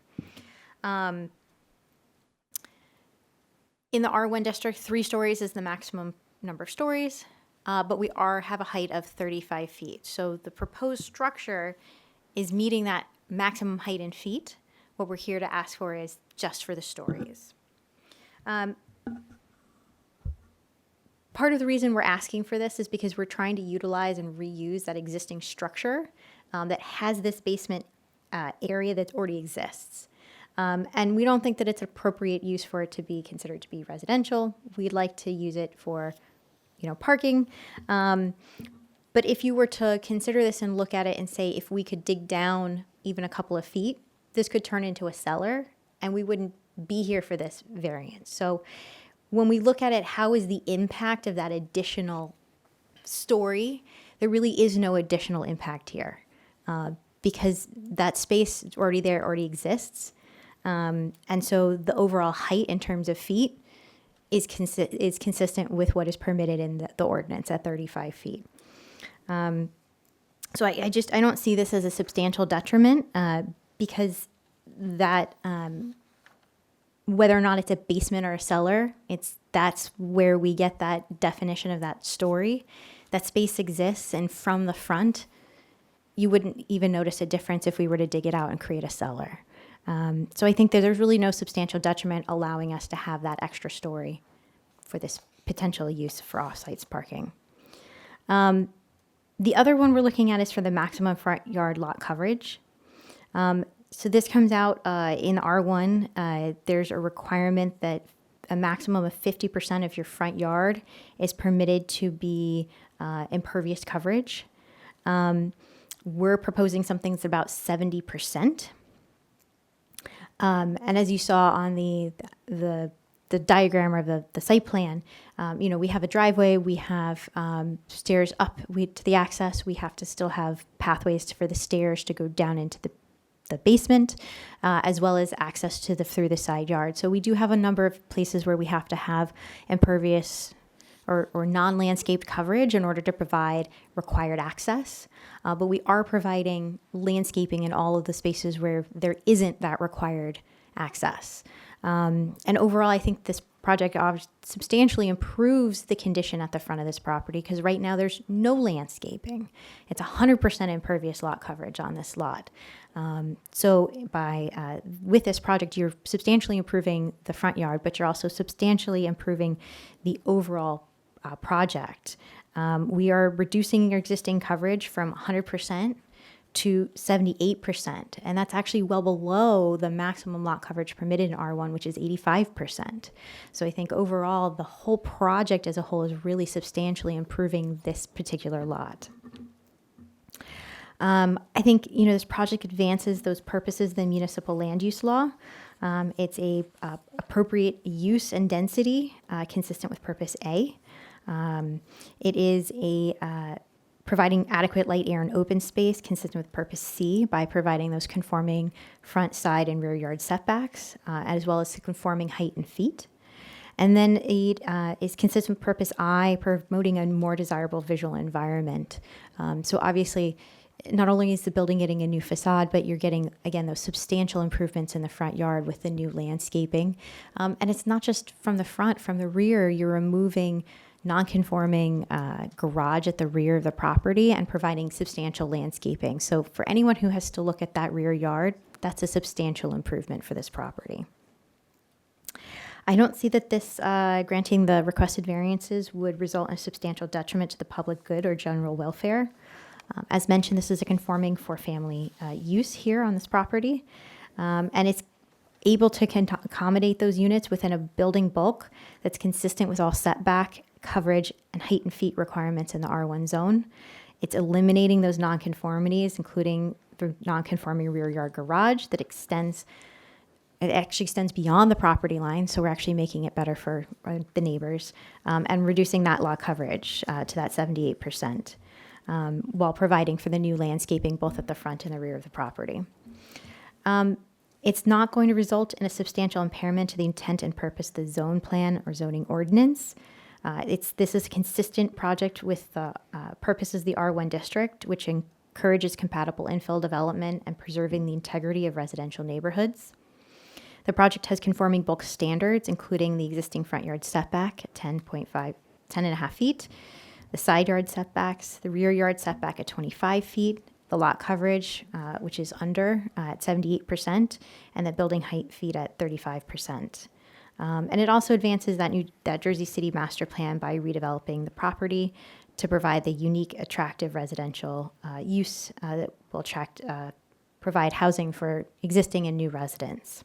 So I think overall that the variances can be granted, that they meet both the positive and the negative criteria. I'm happy to answer any questions. I would also note, I didn't state it specifically, but parking in this particular instance is permitted, but not required. Okay, thank you, Ms. Worstel. I have no questions. Anybody? Eddie, you good? All right, thank you, appreciate it. Council, that's it. That concludes our direct testimony. We're happy to answer any questions. We also had the opportunity to review your staff memo. We take no exception to anything in here, and we can agree to all the conditions Okay. suggested. Great, thank you. All right, is there anybody here from public that wants to comment? Please come on up. Good evening. Raise your right hand.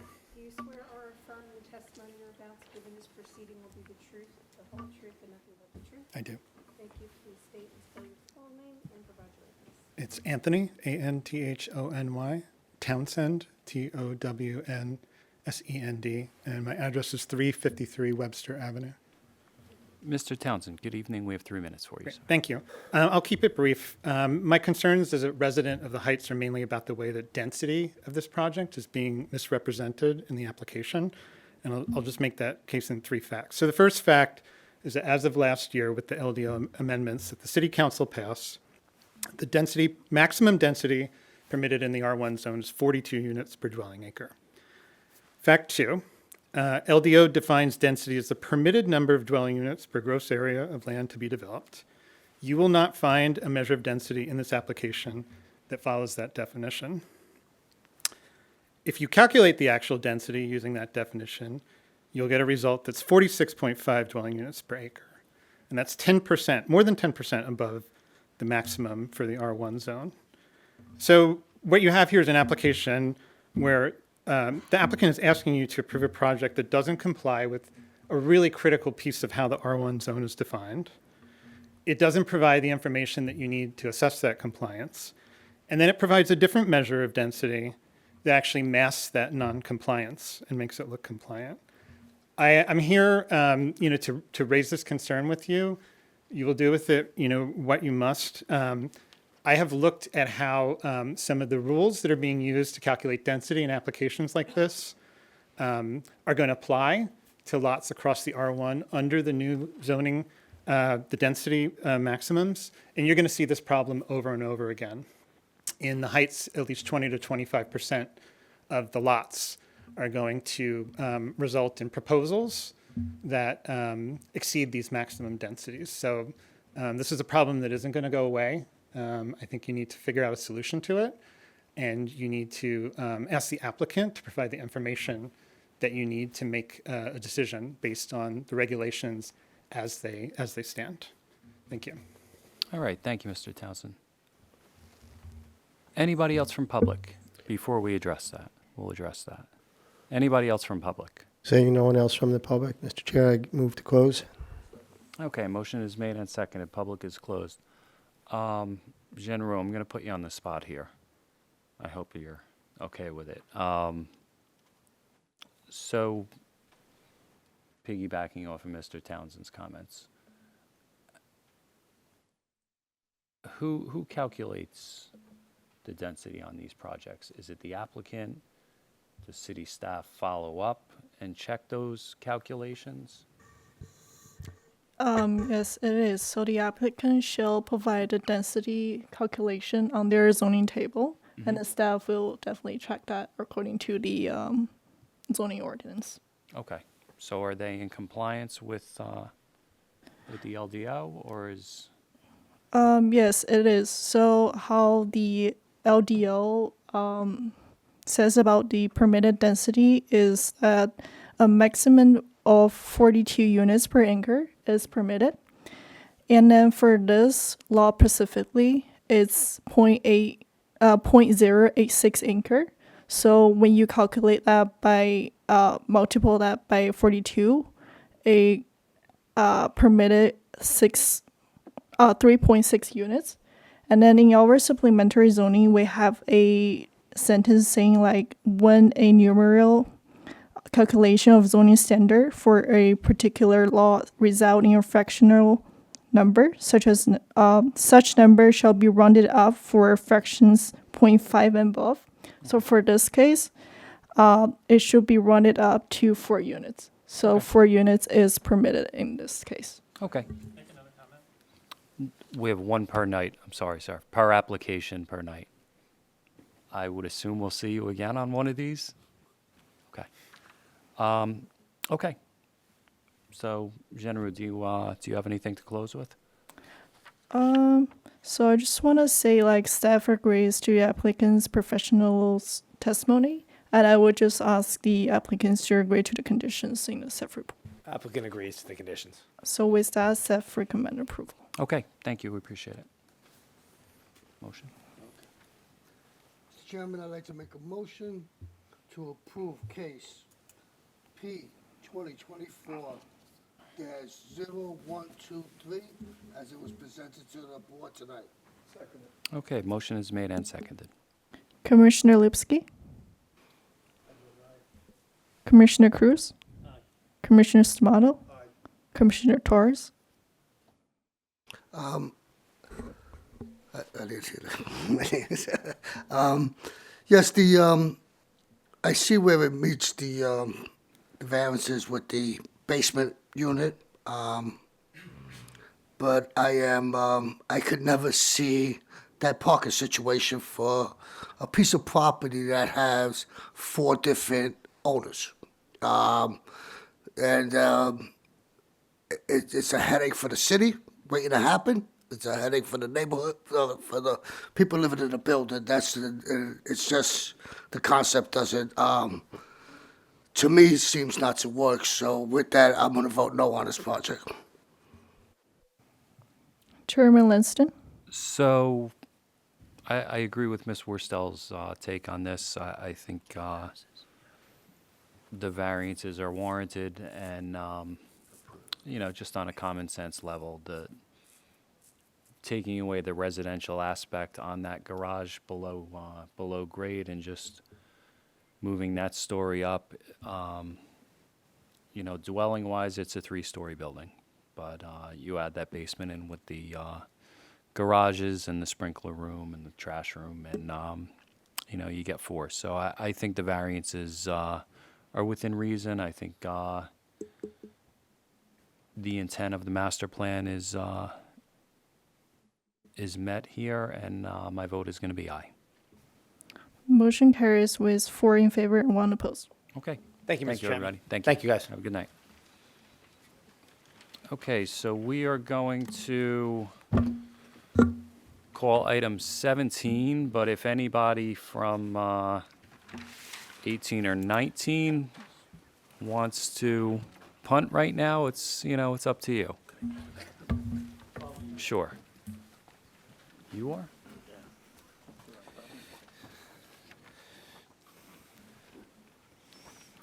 Council, we're going to need 2 seconds. Okay.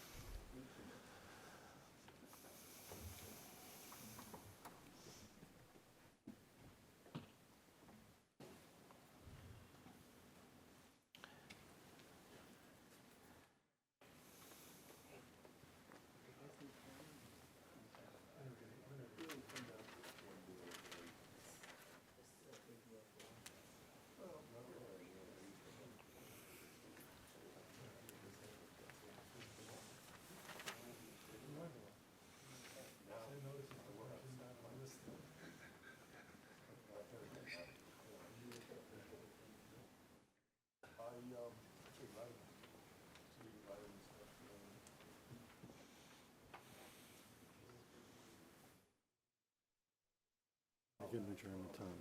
Just get this out of the way. So that's what I'm doing too. Oh, okay. He's gonna get the last.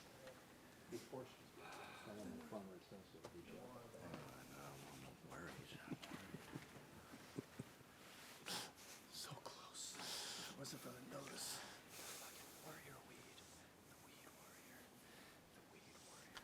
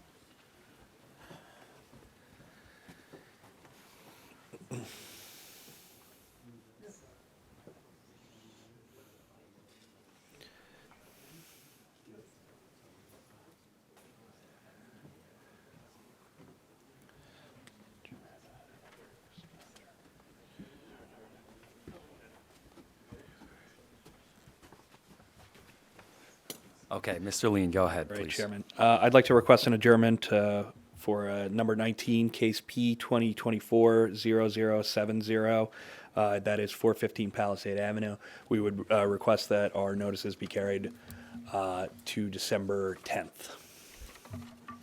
Okay, thank you, counsel. So case P 2024-0070 is being carried to a date certain, December 10th. Thank you. very much, and have a good night. Counsel? Thanks, Chairman. On case P 24-0112, 259 Bolden Avenue, I'd ask for adjournment I'm not gonna be in the country on the 10th of December. to the meeting after December 10th, whatever that date is. Hopefully, it's in December. I have to renotice? Notice for that? Can't carry that because it's in a new year. We just approved the calendar, so we can carry it into January. We gotta memorialize it, though. We have a date in January? January 7th, Right. 2025. But we didn't memorialize it. Do we carry them to the 10th and then carry them again to the 7th? Yeah, with an abundance of caution, you can do that. Carry it 10, and then carry it to the 7th. Are we gonna memorialize it tonight? The calendar? Are we memorializing that tonight? Yeah. Yes. Okay. Can we do that? Yeah, we can go to this. Okay. Okay, thank you, counsel. So we're going to carry case P 2024-0112 to a date certain, January 7th, 2025. All right, thank you, counsel. With preservation of With notice? preservation of notice. Thank you so much. All right, have a great rest of the night. You too. Thank you so much. All right, so let's call item 17, case P 2024-0036 for 20 Carbon Place. Good evening, Chairman. Good evening, Commissioners. My name is Gerard Pizzillo. I'm an attorney with Genova Burns. I'm here this evening on behalf of the applicant, 20 Carbon Place Corp. LLC, 20 Carbon Place Corp. Excuse me. The property is 20 Carbon Place. It's Block 22103, Lot 12, located in Mid-Rise Zone B of the Culver Route 440 redevelopment plan. We are here this evening requesting a preliminary and final major site plan with C deviations. I did prepare a affidavit of notice, publication and mailing. I did upload it to the portal. With the chairman's permission, may I approach the dais with the original so we can mark that into evidence? Sure, always a pleasure. Thank you, Chairman.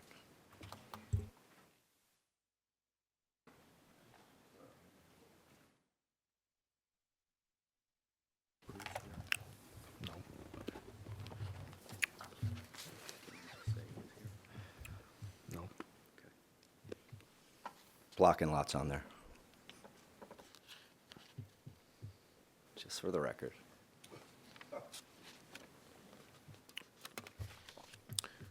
Notice the lateness of the hour, Chairman.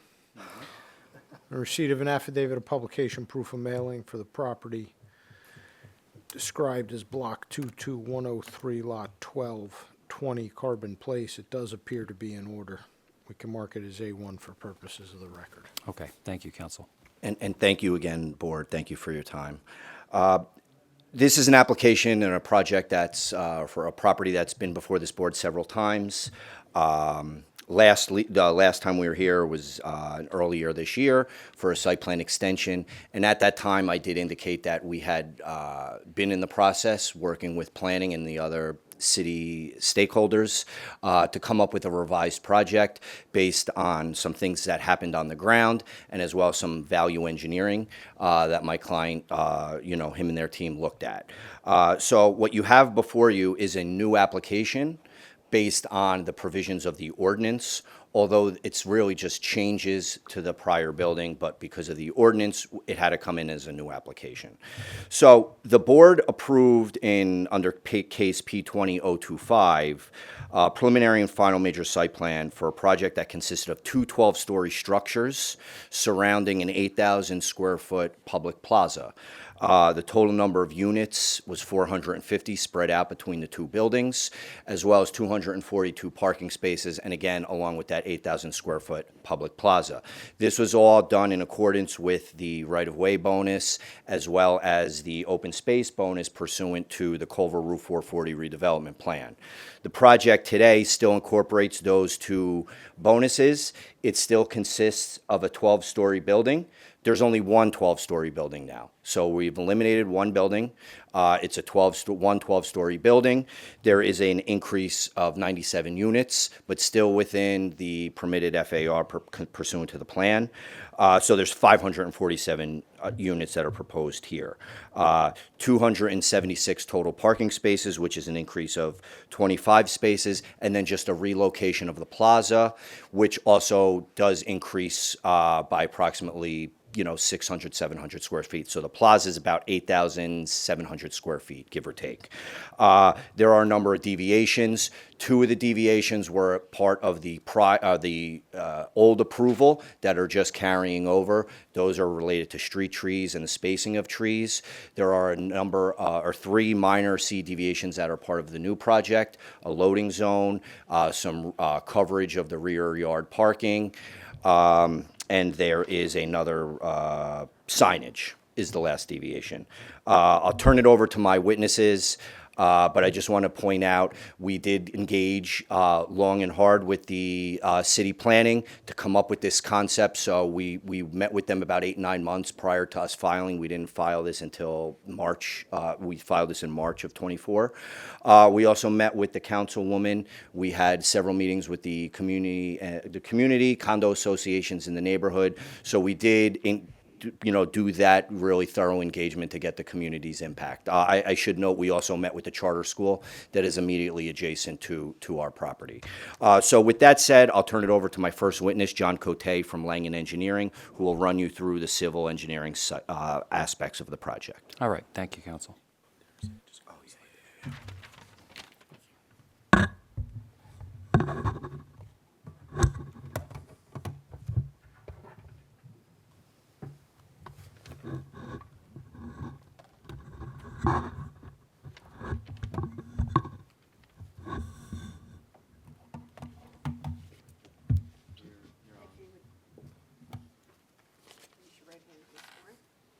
swear or affirm the testimony you're about to give in this proceeding will be the truth, the whole truth, and nothing but the truth? I do. And if you could state and spell your full name for the record. Sure. Name is John Cote. The last name is spelled C-O-T-E. Mr. Cote, good evening. I believe we've qualified you in the past numerous Yes, I- times. Your license is current tonight? Yes, it's good standing. Okay, thank you. You're qualified. Thank you. Appreciate it. What I'm going to do is I'm going to go through, whoops, screen-wise, that seems to have projected the wrong screen. Hold on a second. It's not your picture, is it?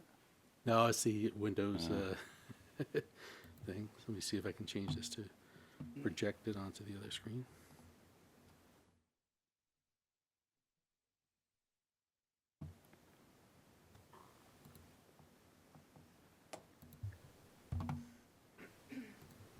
Okay. So the drawings I'm going to put up on the screen are going to be based on the application package that's been submitted. So these are all drawings from the site civil side of it, from my testimony that came from the original submission.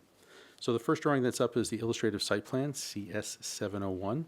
And I'll use this for general orientation of the project as a whole.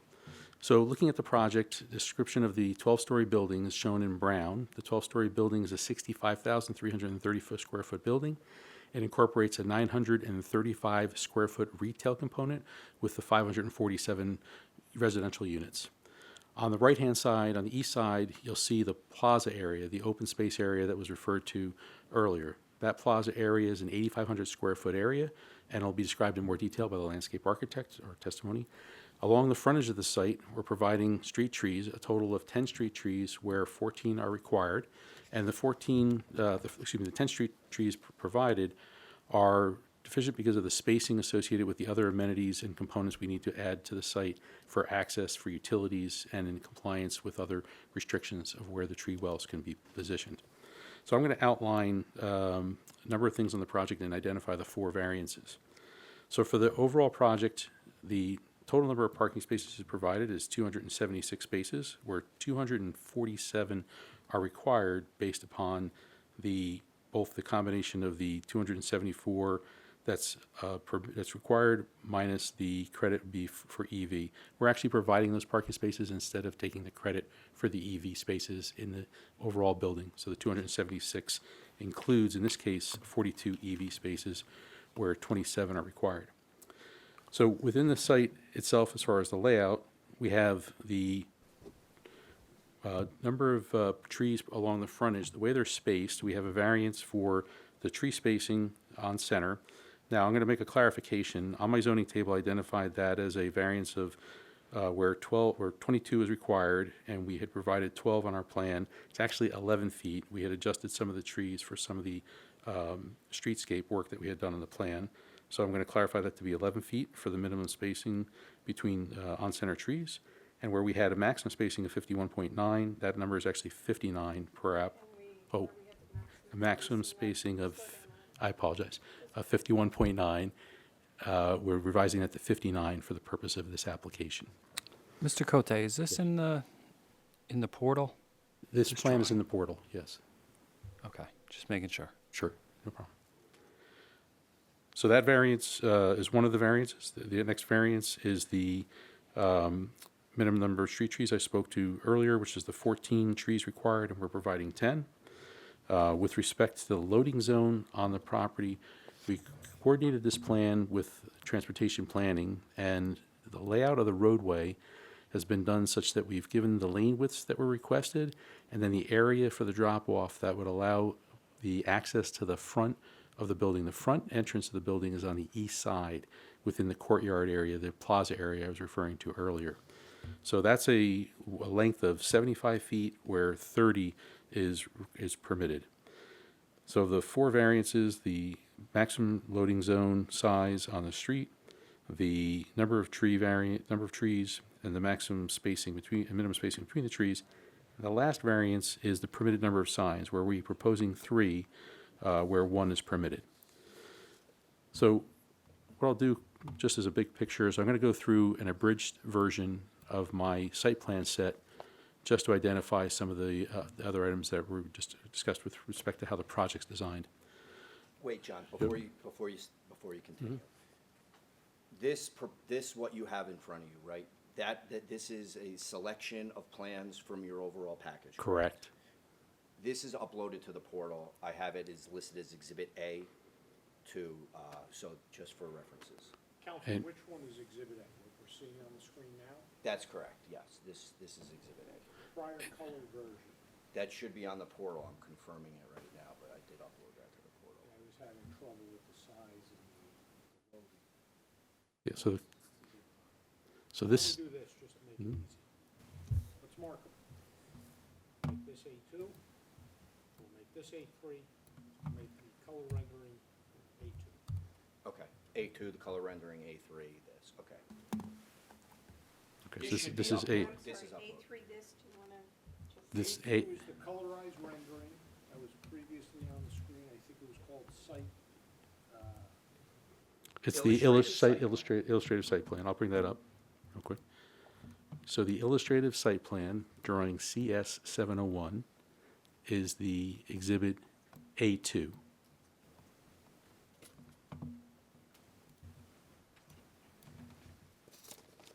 and what you just shown, we're going to be testifying to. Okay.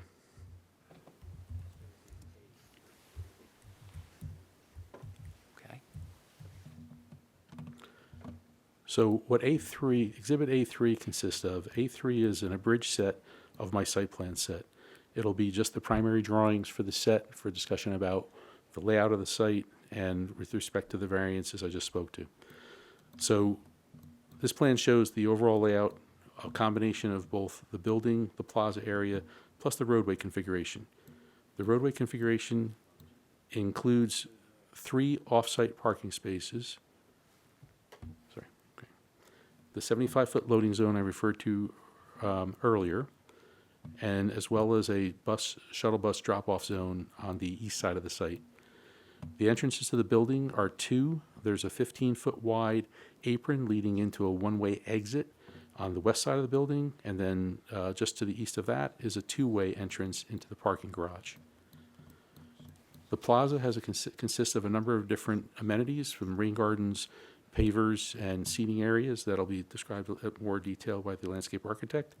And the retail is located at the east end of the building, the 935 square feet. The project will include bollards along the front of the site. Example of the bollards is provided in our detail sheet, which is the next drawing within this Exhibit A3. And these bollards are provided along the frontage, along the drop-off zone I just referred to earlier. The next drawing I'm bringing up is the grading plan, just to give a perspective quickly about the grades along the roadway. The building itself will vary in its finished floor elevation. On the west end, elevation 18 at the entrances. It'll drop down to 17.5 along the midsection of the building, and then back up to 18 by the retail, and then elevation 19.5 at the front door. Within that area along the frontage, we're going to have a combination of different stormwater features, basins, inlets, all part of the underground detention system that supports the stormwater system, which is in compliance with the ordinance. The next drawing I'm bringing up is the drainage plan, which identifies the 2 rain gardens that are proposed in the plaza area, and then a depiction of the underground detention system under that plaza area, as well as the underground detention system that's within the garage portion of the building on the west end. Those will connect out to the local storm system. And then the utility plan just identifies that all our utilities are being supported from the front end of the site. There's a series of building spaces dedicated to the various utility services that come in, our sanitary and our storm, as well as our electric and telephone. So I apologize, I was trying to wrap this up really quickly, so I kind of accelerated my testimony. I normally would have gone into a little more detail, but if there's any additional questions, I can explain any comments. Yeah, please. On your variances, you said you needed 4 variances, correct. One in reference to the number of signs. Correct, that's correct. And then the other one that had to do with the plaza. What were the other 2? All 4 variances are the number of loading, sorry, the maximum, I got it. I got this. 4 variances are the number of street trees, the spacing of the street trees, the number of signs proposed, and then the 4th one is with regards to a section of the rear with screened parking. Those are the 4 variances, or deviations, excuse me. okay. So then, one's the signs, right? Yep, the 2, signage, maximum the tree max spacing, trees, the spacing, Number of trees.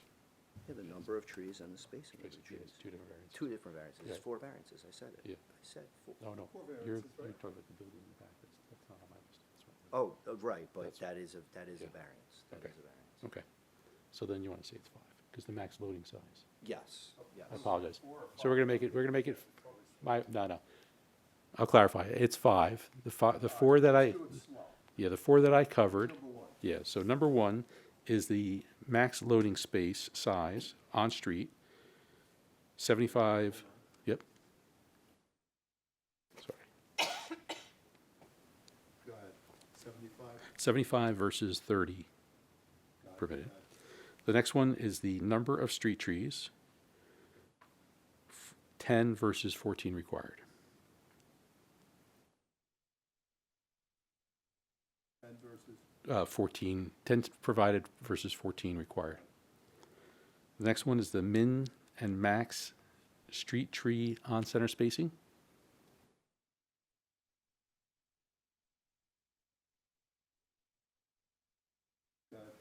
Where we have 11 provided for the minimum, where 22 is required. And we have 59 for the max, where 35 is required. 59 for the max? Correct, where 35 is required, yes. Okay. And then you outlined the Oh, yeah, I forgot the 5th one. fifth, A the zone. portion of the rear where we're providing parking is not screened. That'll be covered by the architect. Okay, my apologies. We're good. No, we're good. Okay, For 5. Yeah. okay. So that can, Okay. All right, any other questions from Mr. Cote? All right, thank you, sir. thank you. My next witness will be Ji Zhu from LZA, our architect. Sure. Thank you.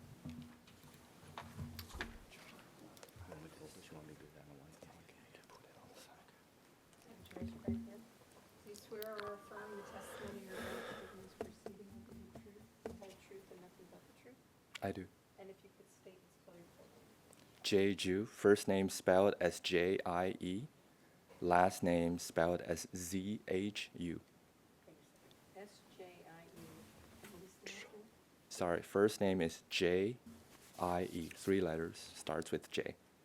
Last name, 3 letters, starts with Z as zebra, H as a Henry, and U, umbrella. And U, Z-H-U. Mr. Ju, good evening. I don't believe we've qualified you in the past, have we? No, I've worked for HRW and I worked for the Newport Associates, the Okay. beach projects before. If you could, just go through your educational background and your licensing in the state of New Jersey. I'm a Master of Architecture from Ohio State University. I also have a Master of Design Studies from Harvard Design School. I'm a licensed architect in New York and New Jersey. And Okay, my now- license is current. Okay, thank you. You're qualified. Thank you. And Jay, this is a presentation that you prepared as part of this presentation this evening? That's correct. Okay, so it's segments of your plans put together for the references, for the ease of the board? Right, yes. Okay. Chairman, I did upload this to the portal. I would know. ask to move it to, enter it as an Exhibit A4. Okay, let's call the PowerPoint A4. There's a date on there, Gerard? October 22nd, 2024. That's love when it. we were, I guess, Okay. originally scheduled. Okay, 40 slides. 40 slides. Don't think we'll have to go through full 40 I'll slides. go don't quick. worry. Just important. Okay, we'll call that A4. Thank you. Go ahead. Good evening, Planning Board member. Thank you very much for your time, late hours. I'll try to go through this as quick as possible. Please let me know if you have any questions.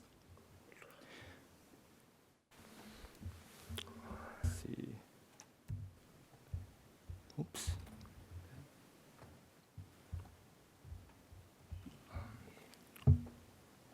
Sorry, trying to make sure I can use this computer.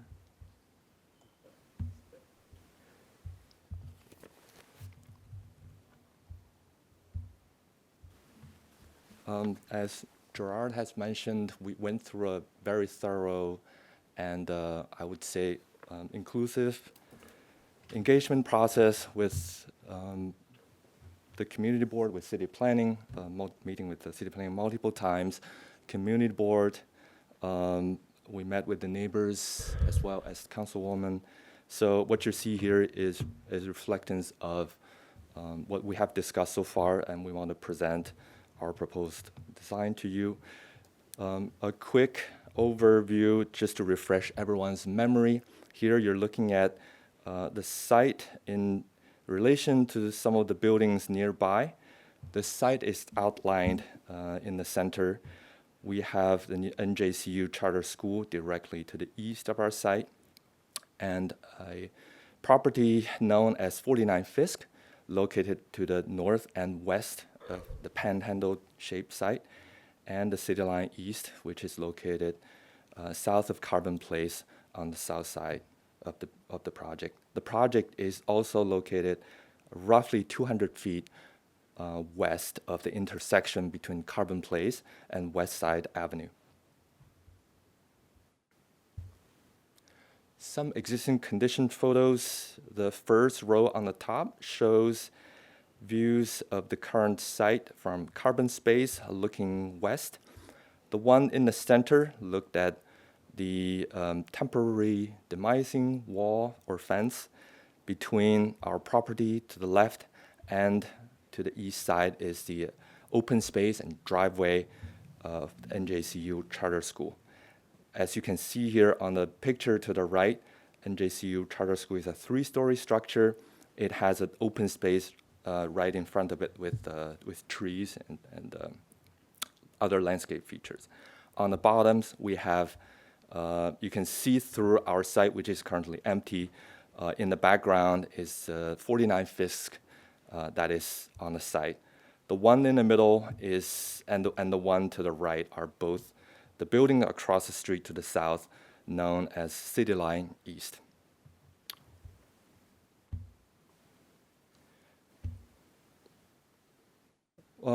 As Gerard has mentioned, we wanted to present a proposed design that addresses the location of the right-of-way of the public plaza to you. On the left, you can see here is the previously approved site plan that was prepared by another architect. It calls for 2 buildings with a 60-foot wide right-of-way that goes from the front of the property all the way to the back. And this is in accordance with the redevelopment plan, portion of which talks about creating a 60-foot right-of-way that actually is supposed to go beyond our property all the way to Fisk Street, which is the street to the north, to break up this very long block. As you can see here, we've outlined our neighbor or new development known as 49 Fisk, and the way the structure has been constructed effectively eliminate the possibility for us to create a 60-foot through-lot right-of-way as called in the redevelopment plan. And at the time of the filing, obviously, we have no knowledge that, or the previous team had no knowledge that it's going to happen. It does create a few issues. First of all, there's no throughway, first of all. And then this public plaza, which is 60-foot wide, but it's very deep. I think it's 140 foot deep to create that 8,000 square foot open space. It becomes a dead end. It's being flanked by 2 12-story buildings on east and west, which cuts off a lot of the daylight throughout most of the day. Did we relocate that plaza? That's right, yes. Yes, I absolutely. If you could just explain the shift. and The why. proposal of relocating the plaza, therefore, from the center of the site to the southeast corner has the following benefit. First of all, it is much closer to the pedestrian traffic, which is the commercial and pedestrian traffic along West Side Avenue. It also, in terms of the proportion, it is much wider and it's less deep. It also has now, combined with the open space next to us to the east, a lot more exposure during morning light and into the noon. And it will be shaded by the building to the west to create some afternoon shades. Doesn't determine where that actually falls, right, the plaza? That's correct, it does not. So it doesn't impact any kind of variance by shifting it over to the left or right of the site? I don't believe so. We have a planner that could confirm or deny that, but, That you wasn't know, one of the variances or deviations that you addressed, right? that is not correct. So those two towers have been eliminated and have been combined into one tower, including where that plaza was? That is correct. Okay, can we get to that? Can we see that? Absolutely.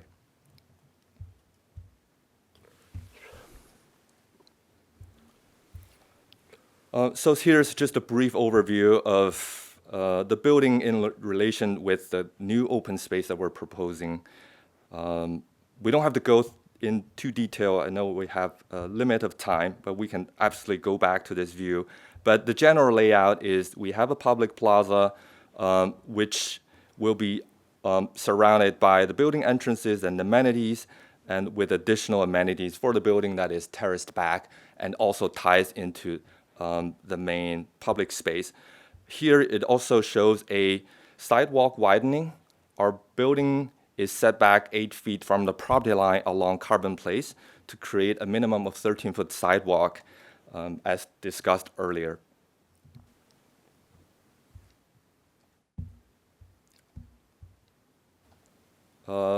Quick view of the public plaza, and our landscape architect will further testify.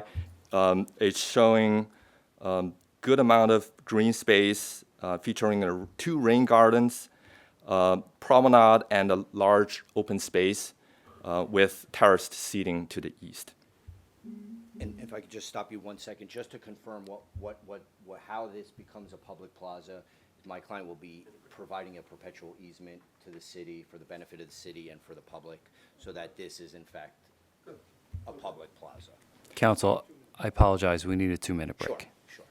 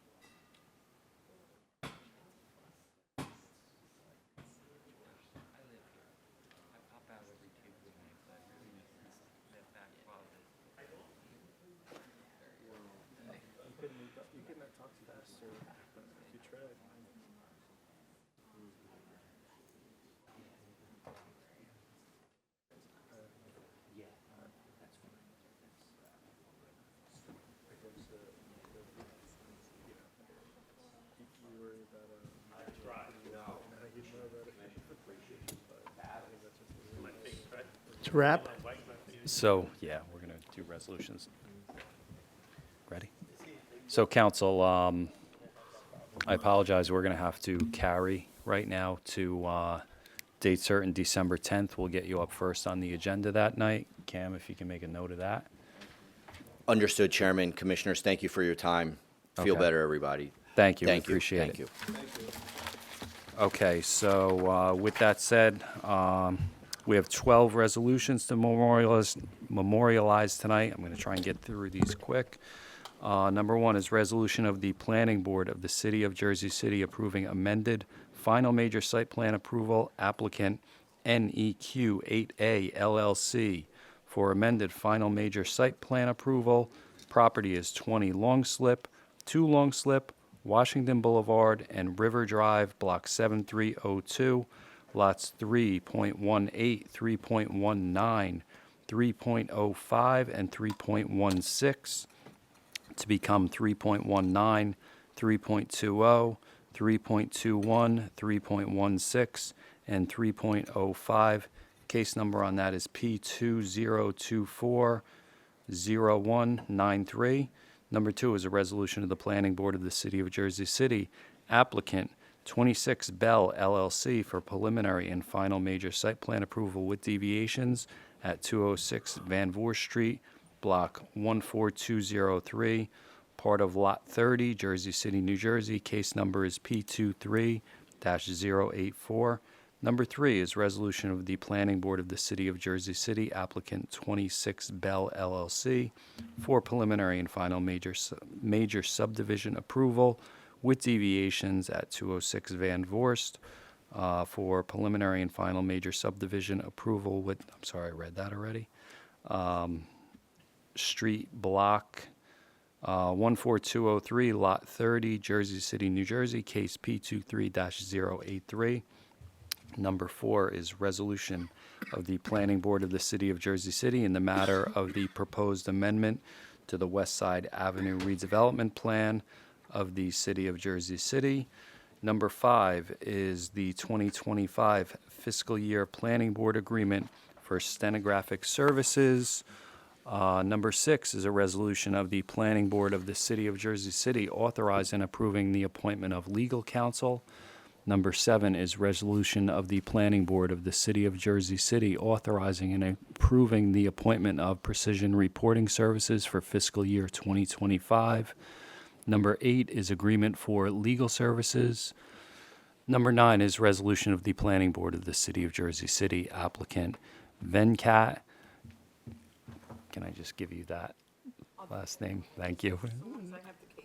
Okay, for minor site plan approval with deviations at 29A Monitor Street, Jersey City, New Jersey, Block 20302, Lot 17.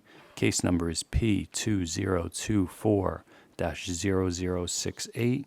Number 10 is resolution of the Planning Board of the City of Jersey City, applicant, same applicant for minor site plan approval with deviations at 31 Monitor Street, Jersey City, Block 20302, Lot 16. That case number is P2024-0069.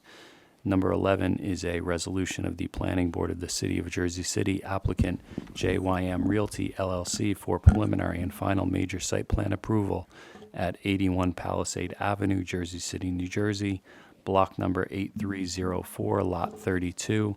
That case number is P2023-0026. And that's it. That's 11? 11. You have 12 written down. That's a typo. Okay. Yeah, sorry. Okay. Do I have a second, please? Okay. Could we have a roll call, please, Cam? Commissioner Torres.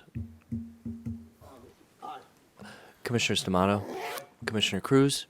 Commissioner Commissioner Lipsky. Aye, aye, aye. And Chairman Langston. Aye. Motion carries. All in favor to memorialize resolutions. Okay. Thank you, everybody. No executive session necessary. Could I have a motion? Motion for to adjournment? adjourn. All right. Thank you. We're adjourned. Have a good night, guys. Yay. David, get out of here. I Be feel safe. like Alfred Hitchcock when that guy was I'm going to talking. follow you home. Like he kept on.